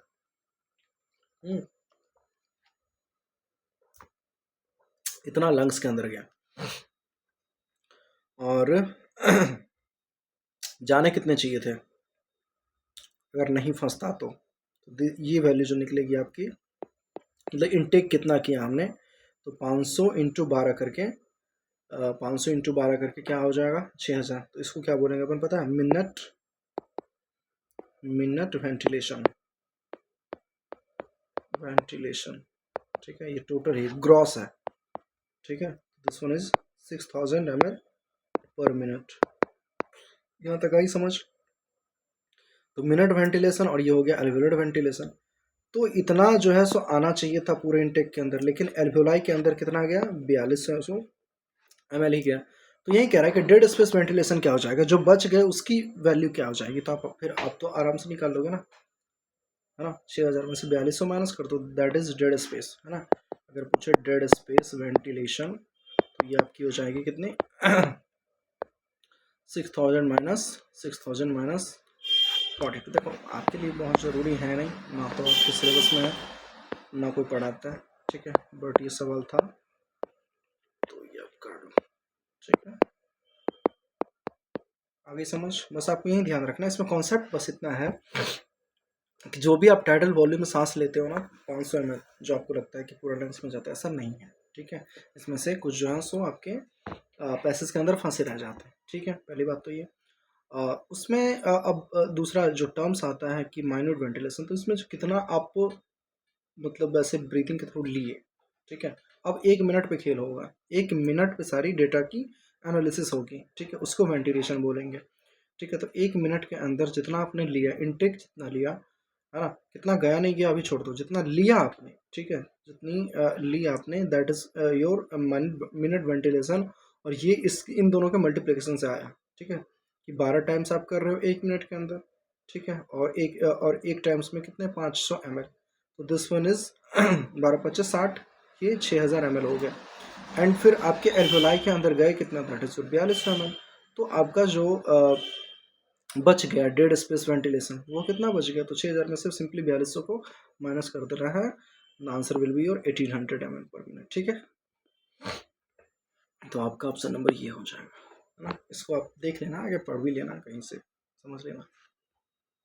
So what would happen when blood is acidic? सही बात है कि अच्छा सही बात क्या है, अभी तो क्वेश्चन ही पढ़ा है। तो मतलब अगर ब्लड आपकी एसिडिक हो जाती है तो इस कंडीशन में क्या हो जाएगी? Okay, so binding of oxygen with haemoglobin decrease. अच्छा, वो उसी पे फिर आ गया, ऑक्सी हेमोग्लोबिन डिसोसिएशन कब पे? तो एसिडिक से मतलब आप तो पहले ये सोचो कि H+ का क्या हाल होगा, है ना। एसिडिक हो रही है मीन्स H+ का हाल ज़्यादा होगा ना, मतलब H+ की कॉन्सेंट्रेशन ज़्यादा होगी। तो H+ की कॉन्सेंट्रेशन ज़्यादा होने से क्या हो जाती है? कंडीशन एसिडिक हो जाती है। तो if your condition is acidic means H+ कहीं ना कहीं आपके पास ज़्यादा है, तो उस समय क्या हो जाएगी कि binding of oxygen with haemoglobin जो है सो डिक्रीज हो जाएगी, है ना। वो राइट शिफ्ट कर जाएगा ना। राइट शिफ्ट तो डिसोसिएशन के लिए है, ऑक्सीजन के डिसोसिएशन के लिए फेवरेबल है। तो अगर आपको ऑक्सीजन की क्या कर रहे हैं, एसिडिक है ना H+। तो हाँ, तो उस जब आप राइट शिफ्ट कर रहे हो तो ऑक्सीजन की डिसोसिएशन होगी ना, तो मतलब ये बाइंडिंग कमज़ोर होगा, बाइंडिंग कम हो जाएगा। बाइंडिंग ऑक्सीजन की अगर हेमोग्लोबिन से कम होती है तो इसी को तो अपन डिसोसिएशन कहते हैं, है ना। सब कुछ याद है ना, एक हेमोग्लोबिन के अंदर 4 ऑक्सीजन जाता था, तो पहला गया मीन्स दैट इज 25%, दूसरा गया तो 50%, तीसरा गया तो 75% एंड चौथा गया तो 100%। तो 100% जो एसोसिएटेड फॉर्म में रहता है वो कहाँ, लंग्स के पास। उसके बाद फिर वो लूज करता जाता है, तो टिश्यू पे आकर के अपन देख रहे थे कि कितना 20 से 25% वो लूज कर देता है। ठीक है, तो उस समय उसकी कॉन्सेंट्रेशन जो ऑक्सी हेमोग्लोबिन डिसोसिएशन कर्व के सॉरी ऑक्सी हेमोग्लोबिन वाला जो कॉम्प्लेक्स था उसके अंदर अब जो है सिर्फ 75% ऑक्सीजन ही थे, क्योंकि 25% उसने लूज कर दिया टिश्यू पे आने के बाद। तो यही तो हो रहा था डिसोसिएशन में। तो जब एसोसिएटेड फॉर्म में था तो लंग्स के पास था, और जब डिसोसिएट कर रहा है तो वो कहाँ डिसोसिएट करेगा, टिश्यू के पास डिसोसिएट करेगा। तो ये सब सारी चीज़ें उस कर्व में बता दी गई हैं। ठीक है, अभी वो बहुत बड़ी चीज़ है, वो उसको एक्सप्लेन करने में नहीं जाऊँगा। ठीक है, तो बस यही बात है कि आप एसिडिक कह रहे हो ना, तो बस मैं ये दिखा रहा हूँ कि देखो एसिडिक में क्या होता है, H+ अगर आपने बढ़ाया मीन्स एसिडिक किया। एसिडिक किया मतलब H+ बढ़ाया, और H+ बढ़ाने वाला चीज़ कहाँ था, इधर देखो H+ बढ़ाने वाला काम तो इस तरफ हो रही थी ना, इस तरफ हो रही थी। तो इस तरफ अगर H+ बढ़ाने वाला काम हो जाएगा, इसका मतलब है यहाँ पे क्या हो रहा है, डिसोसिएशन हो रहा है ना। तो ऑक्सीजन डिसोसिएट कर रहा है, मतलब ऑक्सीजन की जो बाइंडिंग थी हेमोग्लोबिन के साथ वो कम हो जाएगी, है कि नहीं। यहाँ की बाइंडिंग और यहाँ की बाइंडिंग में फर्क है कि नहीं है। This is your answer. ठीक है, तो binding of oxygen with haemoglobin will decrease, ये ऑप्शन था ना, binding of oxygen with haemoglobin is decrease. ठीक है, अब हो गए आपके लगभग 30 क्वेश्चन, 29 हुए हैं। ठीक है, और इसमें आपके 11 और 5, 1 2 3 4 5, हाँ, तो 16 क्वेश्चन इधर और 29 इधर। तो कितना हो गया, 29 10 39 और 6 45 क्वेश्चन, 45 क्वेश्चन हो गए। तो अच्छे अच्छे क्वेश्चंस मैंने काफ़ी करा थे। फिर आपको एनसीईआरटी एग्जाम प्लस के भी क्वेश्चंस करने हैं। मेरा मन था इसमें एनसीईआरटी एग्जाम प्लस की भी चीज़ें मैं अटैच कर दूं, पर थोड़ा सा ना मेरे को मुश्किल लगता है ये सब चीज़ करना, क्योंकि फिर आप उसका बहुत सारी चीज़ें हैं, अलग अलग बातें हैं। तो आप ठीक है, मैं अगली चैप्टर से वो भी डाल दूंगा। ठीक है, बट मैं अच्छे क्वेश्चंस लेता हूँ जो उसको मज़ा आया कर रहे हैं। अब एक एक लाइन में करते हैं तो क्या मतलब है।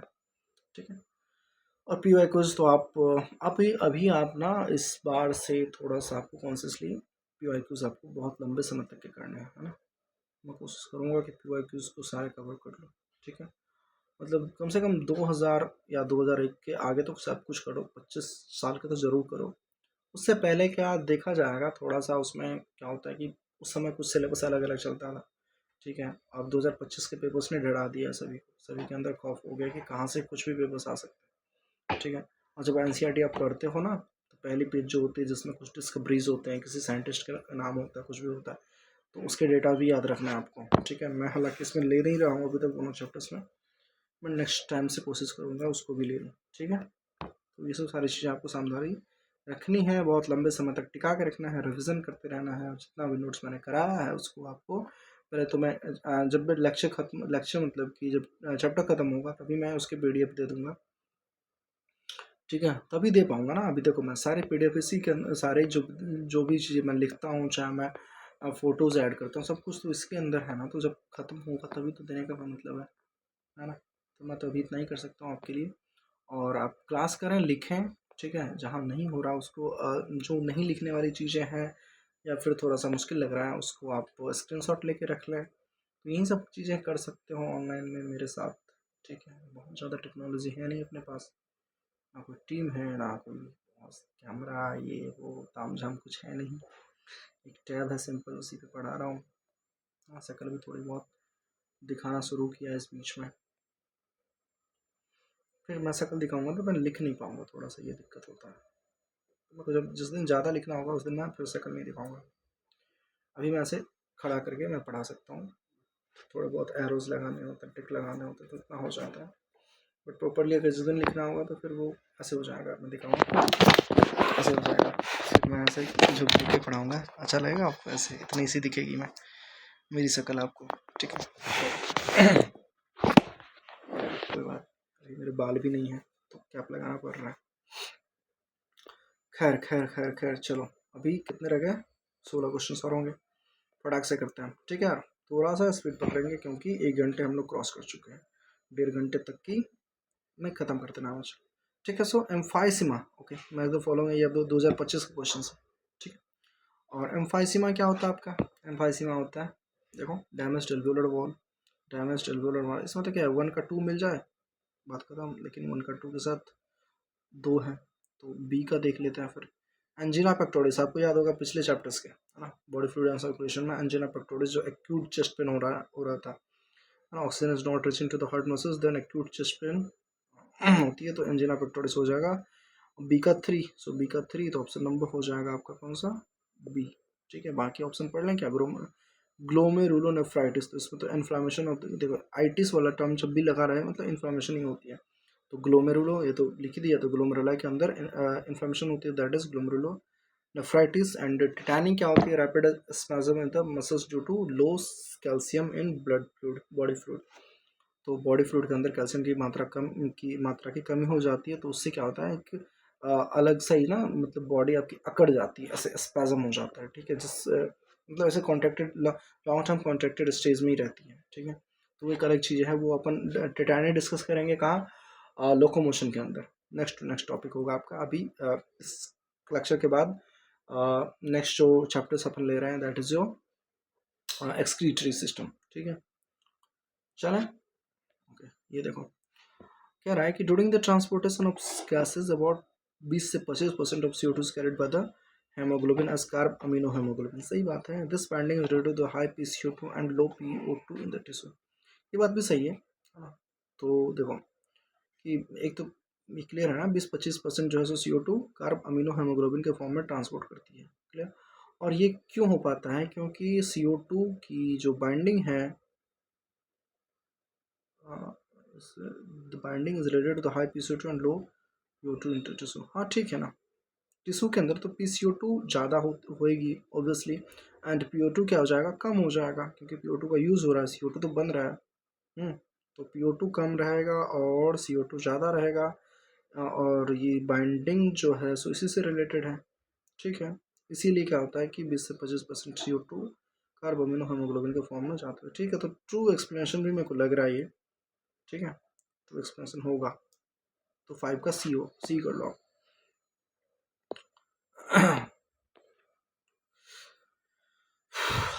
In humans, the process of respiration involves the following steps. हाँ, इसमें थोड़ा सा आपको अरेंज करना है कि सांस लेने से लेकर के जो बॉडी में O2 जाती है, टिश्यू कैसे यूज़ करती है, वहाँ तक की स्टेप्स कैसे कैसे हो रही है। तो पहले देखो, आप सबसे पहले क्या करोगे? डिफ्यूज़न तो नहीं होगा, ट्रांसपोर्ट, यूटिलाइजेशन बनेगा, ब्रीदिंग। हाँ, ब्रीदिंग और पल्मोनरी वेंटिलेशन, पहला काम तो ई ले लो आप। ठीक है, आपको तो आंसर ऐसे ही मिल जाएगा भाई, ऑप्शन नंबर डी। मेरे को पढ़ना ही नहीं है ये है क्या है आगे। ठीक है, तो ऐसा करके आप निकल सकते हो अगर जहाँ भी श्योर हो तो सबसे पहले खुद सोचो ना, transport of gases by blood बाद में, कैटाबॉलिक रिएक्शन बाद में, डिफ्यूजन बाद में, सबसे पहले तो ब्रीद करोगे आप, है ना, ब्रीदिंग और पल्मोनरी वेंटिलेशन, तो पहला काम तो यही करोगे, तो शुरुआत तो इजी ही करनी है, तो ऑप्शन नंबर डी क्लियर है। फिर भी देख लेते हैं डी के बाद क्या आना चाहिए। तो देखो, एक बार आपने पल्मोनरी वेंटिलेशन पहुंचा करा दिया, मतलब आपने गैसेस को कहाँ पहुंचा दिया? आपके लंग्स के एल्वियोलाई तक पहुंचा दिया। ठीक है, then diffusion of gases across alveolar membrane. हाँ, अब जो है सो आपकी गैसेज जो है सो एल्वियोलर मेम्ब्रेन के पास जाकर के डिफ्यूज़ करेगी, वहाँ से अपना O2 जो है सो ब्लड को दे देगी, तो वहाँ से O2 ब्लड दे देगी, तो इसका मतलब transport of gases by blood हो जाएगा। फिर तो ए के बाद सी हो जाएगा। क्लियर लग रहा है सब? अब ए के बाद जब सी हो जाएगा तो उसके बाद डिफ्यूजन ऑफ गैसेज। हाँ, अब ये ब्लड लेकर के कहाँ चला जाएगा? टिश्यू के पास, तो टिश्यू के पास अब डिफ्यूजन हो जाएगा, तो फिर सी के बाद फिर बी हो जाएगा, diffusion of gases between blood and tissues. And then एक बार टिश्यू के पास ब्लड चला गया तो अपना ब्लड जो है सॉरी टिश्यू जो है सब उस O2 को, उस ब्लड से O2 लेकर के कैटाबॉलिक रिएक्शंस करेंगे। तो बिल्कुल क्लियर है, तो EACB ऑप्शन नंबर डी। ठीक, ये देखें, which of the following factors are favorable for the formation of the oxyhemoglobin in alveoli। तो हाँ देखो, फिर से वो सी कर्व से आ गया सवाल, समझो, देख लो कितना इंपॉर्टेंट है वो चीज़। तो कह रहा है कि ऑक्सी ऑक्सी हेमोग्लोबिन अगर इन एल्वियोलाई के अंदर बन रहे हैं, चांस कितना है ये 14%, जल्दी खत्म करना पड़ेगा भाई। आ लेता हूँ चार्ज में।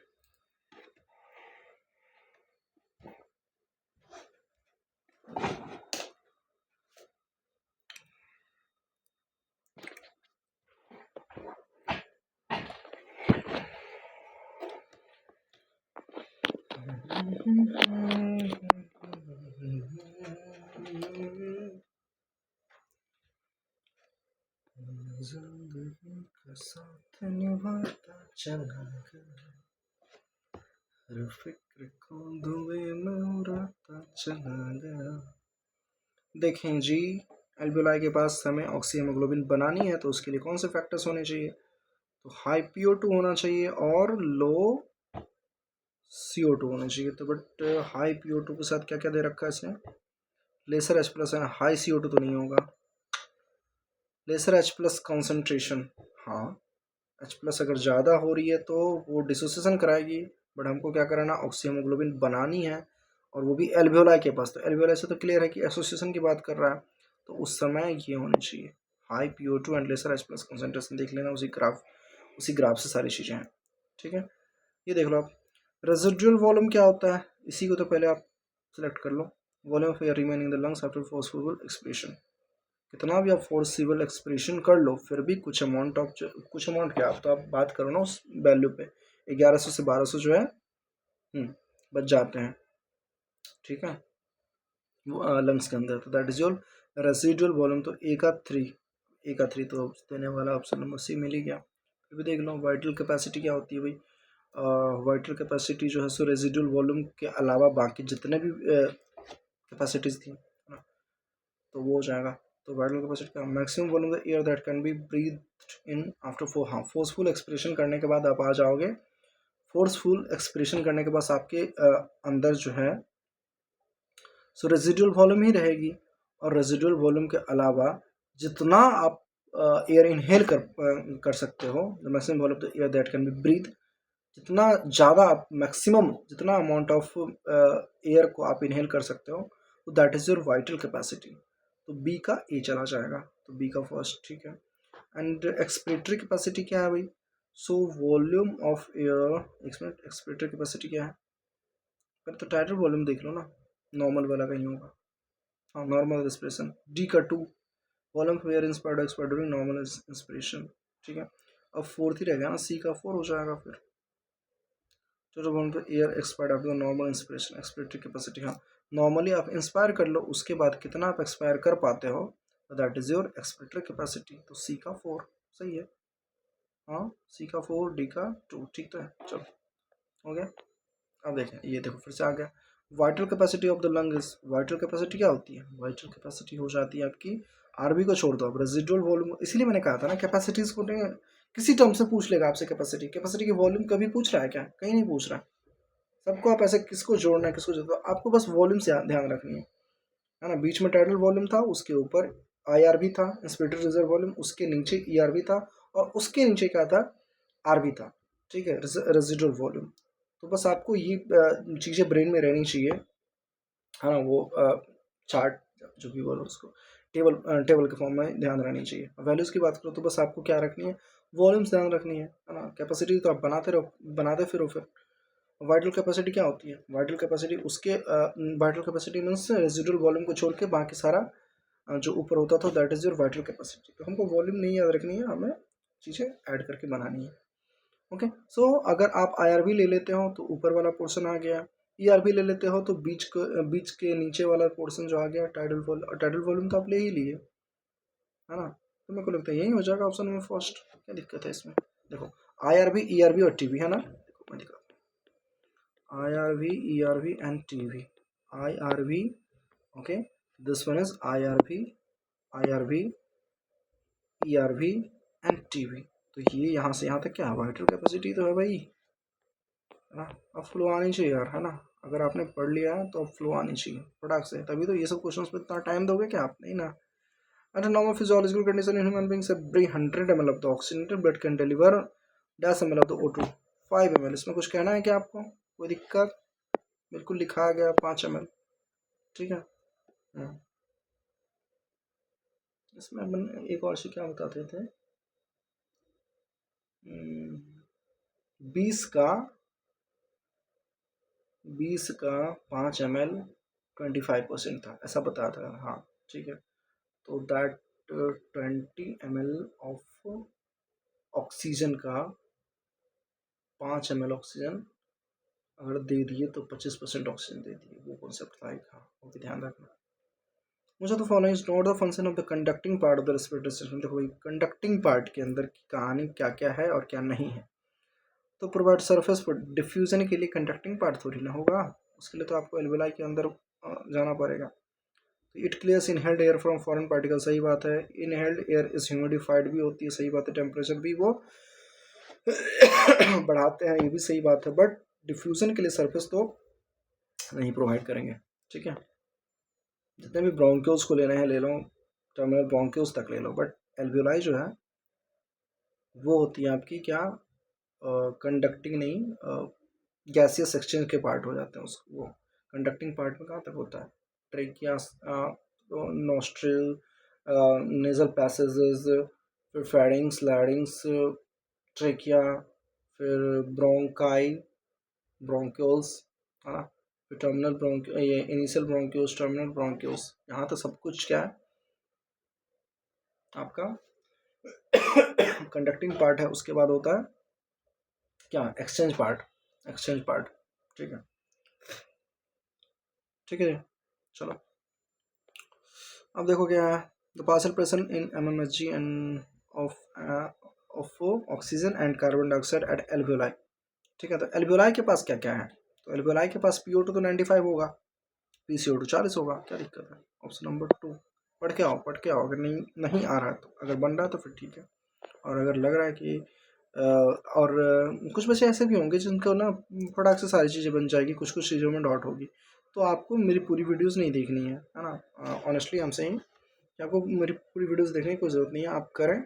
और जो भी आपको या तो आंसर मैच करना है तो आप 2x पे कर लें, या फिर मैं आंसर दे दूंगा यार, ठीक है। आंसर की मैं देखता हूँ, दे दूंगा।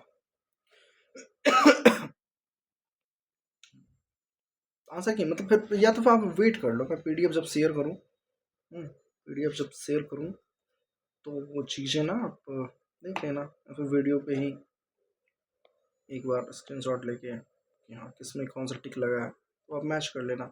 जहाँ दिक्कत हो वहाँ जा कर के फिर से वीडियोस देख लेना, कर सकते हो आप, ठीक है।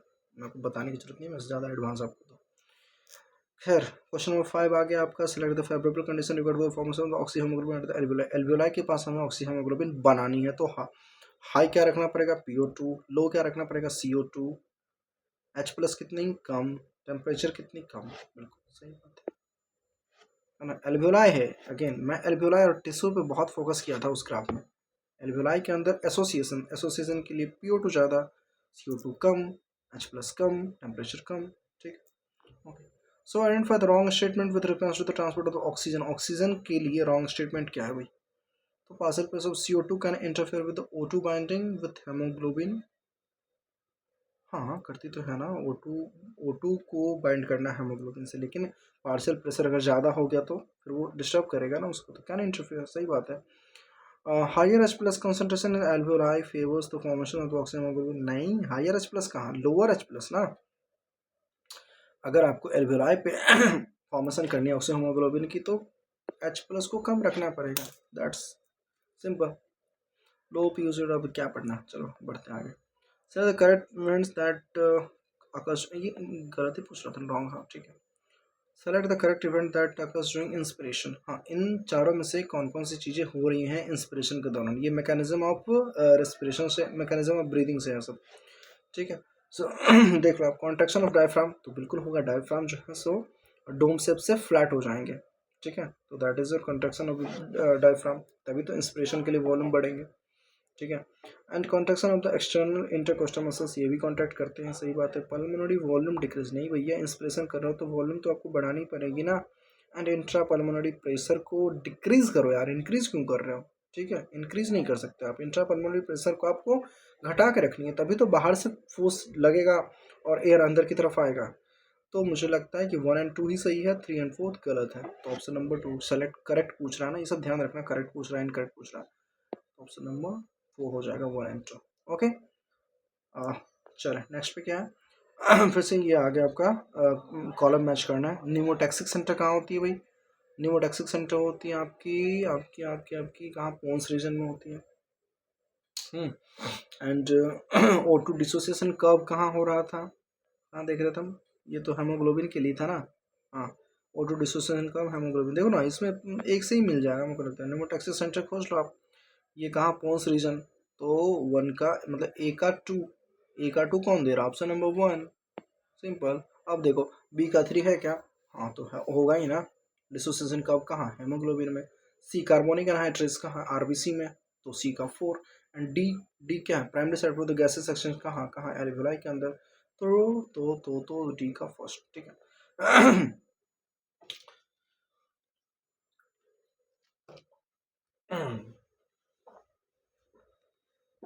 ये देखो 2020 में कोविड की वजह से रीनीट हुआ था। इसमें क्या पूछ रहा है? टोटल लंग कैपेसिटी आपको बतानी है, तो इसमें किस किस वॉल्यूम्स को आप अकोमोडेट कर सकते हो at the end of the first inspiration, है ना। फर्स्ट इंस्पिरेशन करके पूरी वॉल्यूम बढ़ लिया आपने, ठीक है। टोटल लंग्स कैपेसिटी है, तो इसमें आप कौन कौन से वॉल्यूम को आप अकोमोडेट कर सकते हो? दैट इज ऑप्शन पड़ता है रेजिडुअल वॉल्यूम नीचे वाला, इससे ऊपर ईआरवी, ठीक है, टीडी टीवी वॉल्यूम, ठीक है, टोटल वॉल्यूम एंड आईआरवी। हाँ, सारी वॉल्यूम्स तो उसी में आ गया ना भाई। और क्या करोगे आप, देख लो। आर भी लगा दिया, ई आर भी लगा दिया, वाइटल वाइटल कैपेसिटी फिर क्यों लिया है? वॉल्यूम की बात करो तो वॉल्यूम पे रहो ना यार, कैपेसिटी क्यों लिया है फिर? आर भी ई आर भी के साथ कैपेसिटी ले रहा है ये, और वाइटल कैपेसिटी ले भी रहे हो तुम, तो इसके अंदर ही ई आर भी आ गया ना। फिर ई आर भी को क्या मतलब है? वाइटल कैपेसिटी के अंदर E R B, I R B और टाइटल वॉल्यूम दोनों आ रहा था ना। एफ आर से नहीं, गलत है यार। R R B, E R B, I C and D C. देखो फिर आई सी इसी से कन्फ्यूज कर दे, कैपेसिटी इंक्लूड कर दिया इसमें।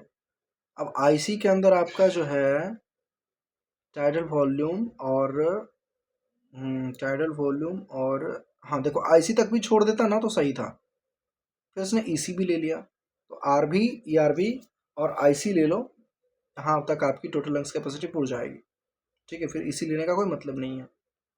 अब यहाँ देखो आर भी ले लिया इसने, इंस्पेक्टर कैपेसिटीज ले ली, ठीक है। अभी अभी तक क्या छोड़ा है इसने? ई आर बी छोड़ा है एंड ई आर बी ले ली, तो फिर ईसी क्यों ले रहा? हाँ, इसी के अंदर तो फिर एक्सपेक्टेड कैपेसिटीज़ के अंदर तो फिर टाइटल वॉल्यूम फिर दोबारा इसमें आ जाएगा। हाँ, एक्सपेक्टेड कैपेसिटी में तो आ ही गया था टाइटल वॉल्यूम। तो बेसिकली आपको ये जो 4 चीज़ें हैं ना, 4 सीढ़ियाँ आ गई थी, है ना।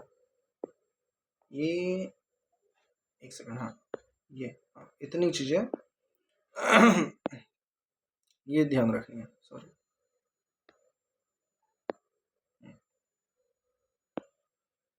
इसको अगर आपने समझ लिया तो फिर कोई दिक्कत ही नहीं आएगी। ये था क्या? Residual volume. ये था क्या? Expected reserve volume. ये था क्या? Title volume and this one is inspiratory reserve volume, ठीक है। अब आप देखो इससे अलावा कुछ और है क्या? Residual volume, E R B, T V and I R B. आपको ज़्यादा पढ़ना ही नहीं है, फर्स्ट ऑप्शन में ही मिल गया। अब दूसरा देखो, होता ना कहीं कहीं क्यों गलत है। तो रिजर्व वॉल्यूम ले लिया, ई आर बी ले लिया एंड वाइटल कैपेसिटी क्या होती है भाई? वाइटल कैपेसिटी तो फिर यहाँ से यहाँ तक हो जाएगी। वाइटल कैपेसिटी तो यहाँ से यहाँ तक हो जाएगी, यहाँ से यहाँ वाले में तो आपने ई आर बी ले रखा है, वाइटल कैपेसिटी क्यों ले रहे हो? फिर ऊपर से एफ आर सी ले रहा है, यहाँ से यहाँ तक, यहाँ से यहाँ तक ले रहा है, ये मतलब ही नहीं है, ठीक है। अब ये देखो R B, E R B, I C, R B ले लिया, ई आर बी ले लिया, आई सी, चलो यहाँ तक भी ठीक था, बट ये ई सी लेकर के गलत कर दिया। ई सी मतलब तो ये हो जाता है, फिर इसको आप 2 बार थोड़ी काउंट करोगे, ठीक है। ऑप्शन नंबर 1 है सही, बात खत्म। नहीं, लेकिन ये होनी चाहिए कि भाई ऑप्शंस, मतलब अभी आपके पास समय है तो जिसमें बिल्कुल श्योर शॉट हो ना, बिल्कुल निकल जाओ। ये नहीं है कि हर बार कुछ ना कुछ ऐसा दिक्कत आएगी या नहीं आएगी। जहाँ कन्फ्यूजन हो वहाँ देखना, तो पहले ऑप्शन में सब कुछ क्लियर है तो क्या दिक्कत है। क्वेश्चन नंबर 10 है आपका, due to the increasing airborne allergens and pollutants, है ना, कि हवा के अंदर जो एलर्जेंस है, पॉल्यूटेंट्स है, जिसकी वजह से आपको प्रॉब्लम्स होती है, तो वो क्या लिखा है? रेस्पिरेटरी डिसऑर्डर्स होते हैं, wheezing, due to which inflammation of the bronchi and bronchioles, सही बात है, ये अस्थमा की प्रॉब्लम है भाई, अस्थमा में तो लिखी हुई है ना, inflammation of the bronchus and bronchi and bronchioles की वजह से क्या होती है आपकी फ्रीजिंग कफ होती है। और ये किसकी वजह से होती है? एलर्जेंस एंड पोल्यूटेंट की वजह से होती है। तो inflammation of the ब्रोंका and bronchioles हो गई, ये अस्थमा की बात कर रहा है। किसकी बात कर रहा है? ये अस्थमा। आप अस्थमा जाकर पढ़ें। Tyrell volume and expiratory volume of athlete is 500 and 1000। तो कह रहा है कि ईआरवी और टाइडल वॉल्यूम मिला करके कितना हो जाएगा? 1500 हो जाएगा। And what will be his expiratory capacity if the residual volume is 1200। देखो इसी में देख लेते हैं। टाइडल वॉल्यूम इसने कह दिया 500, ठीक है, मान लिया हमने। This one is 500 and ERV कितना? 1000, ये 1000, ये 500 and if the residual volume ये 1200।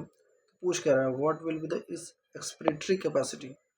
एक्सपिरेटरी कैपेसिटी मतलब नॉर्मल ब्रीद कर लो आप, नॉर्मल ब्रीद इन कर लो, उसके बाद कितना छोड़ पाओगे, दैट इज योर एक्सपिरेटरी। देखो नाम से ही कैपेसिटीज क्लियर हो जाती हैं, दो नाम तो बिल्कुल क्लियर है ना? एक्सपिरेटरी कैपेसिटी और इंस्पिरेटरी कैपेसिटी, मतलब कितना आप इंस्पायर कर सकते हो यार, ठीक है, कितना आप इंस्पायर कर सकते हो दैट इज इंस्पिरेटरी कैपेसिटी, और कितना एक्सपायर कर सकते हो that is your expiratory capacity. तो कह रहा है कि एक्सपिरेटरी कैपेसिटीज कितनी हो जाएगी इसमें? तो एक्सपिरेटरी कैपेसिटी होती क्या है? टाइडल वॉल्यूम प्लस ईआरवी, है ना? कि आपने यहाँ से नॉर्मली ब्रीथ इन शुरू किया था, नॉर्मल ब्रीथ इन करके कितना आप छोड़ सकते हो, नॉर्मल ब्रीथ इन के बाद कितना आप छोड़ सकते हो, दैट इज एक्सपिरेटरी कैपेसिटी। तो इसके अंदर ये दोनों आ जाएंगे, तो ये दोनों आ जाएंगे। तो यही हमसे पूछा है, इन दोनों की वैल्यू भी दे रखे, टीबी और ईआरवी। तो 1000 प्लस 500 1500 हो जाएगा, ठीक है, इसका कोई काम नहीं है। अगर आपको एक्सपिरेटरी कैपेसिटी पर पूछना होता तो रेजिडुअल वॉल्यूम का यहाँ पे कोई काम ही नहीं है ना? ये तो यही होता है ना। This one is your expiratory capacity, this one is your expiratory capacity, ठीक। तो ये सारी चीज़ें क्लियर हो गई यार, ठीक है। और ये वाला क्वेश्चन देख लेना, अब कुछ नहीं रहा है मेरे ख्याल से। तो देखो सब कुछ इतना पढ़ाने के बाद 50 क्वेश्चंस भी ऑलमोस्ट मैंने करा दिए हैं, ठीक है। अब आपकी ये सारी चीज़ें एकदम टिप्स पे हो जानी चाहिए, और कहीं से क्वेश्चंस मिलते करो, या फिर आप नेक्स्ट में मूव फॉरवर्ड कर जाओ नेक्स्ट टॉपिक पे, ठीक है। टेस्ट वगैरह जहाँ से ले रहा हूँ देते रहो, ठीक है। अपने पास सब कुछ अरेंजमेंट तो अभी है नहीं कि मैं टेस्ट लूँ, ये कुछ भी हो नहीं पाएगा मेरे से, ठीक है। बहुत दिनों बाद मैंने आज लेक्चर रिकॉर्ड करे हैं, थोड़ा सा शक्ल वगैरह भी आपको डिफरेंट लग रहा होगा, है ना? घर में हुआ था जिसकी वजह से बाल बाल नहीं है मेरे। आई होप अच्छा दिख रहा हूँ। चला, ठीक है। सो अब ये फाइनली चैप्टर ख़त्म हो जाता है। पिछली बार जब मैंने ख़त्म किया था तो मेरे को लगा कि यार क्वेश्चंस करा देने चाहिए, बट मैंने ख़त्म बोल दिया था, ठीक है। इस बार फाइनली ख़त्म हो गया ये टॉपिक, ये चैप्टर, ठीक है। फिर भी उसके कंपेयर में थोड़ा सा शॉर्ट रहा, उसमें तो कितने 15-16 लेक्चर्स लगे, इसमें शायद 8 लेक्चर्स लगे, तो हो गया, ठीक है। तो thank you gas, thank you so much. ऐसे ही बने रहें, अगर यहाँ तक देखे हो तो अच्छा लगा तो चैनल को सब्सक्राइब करें, दोस्तों से करवाएं, शेयर करें, लाइक करें, थोड़ा सा मेरा भी मनोबल बढ़ा रहे। 5-10 व्यूज़ आते हैं, कौन पढ़ाएगा, हाँ। तो मेरे को भी चाहिए कि पूरा मेरा मन है ऐसा कि सब कुछ मैं एक बार यूट्यूब पर डाल दूँ, मैं जहाँ पढ़ा रहा हूँ क्या कर रहा हूँ वो अलग बात है, ठीक है भाई। चलो थैंक यू सो मच, ख़त्म करते हैं इसको, बाय बाय।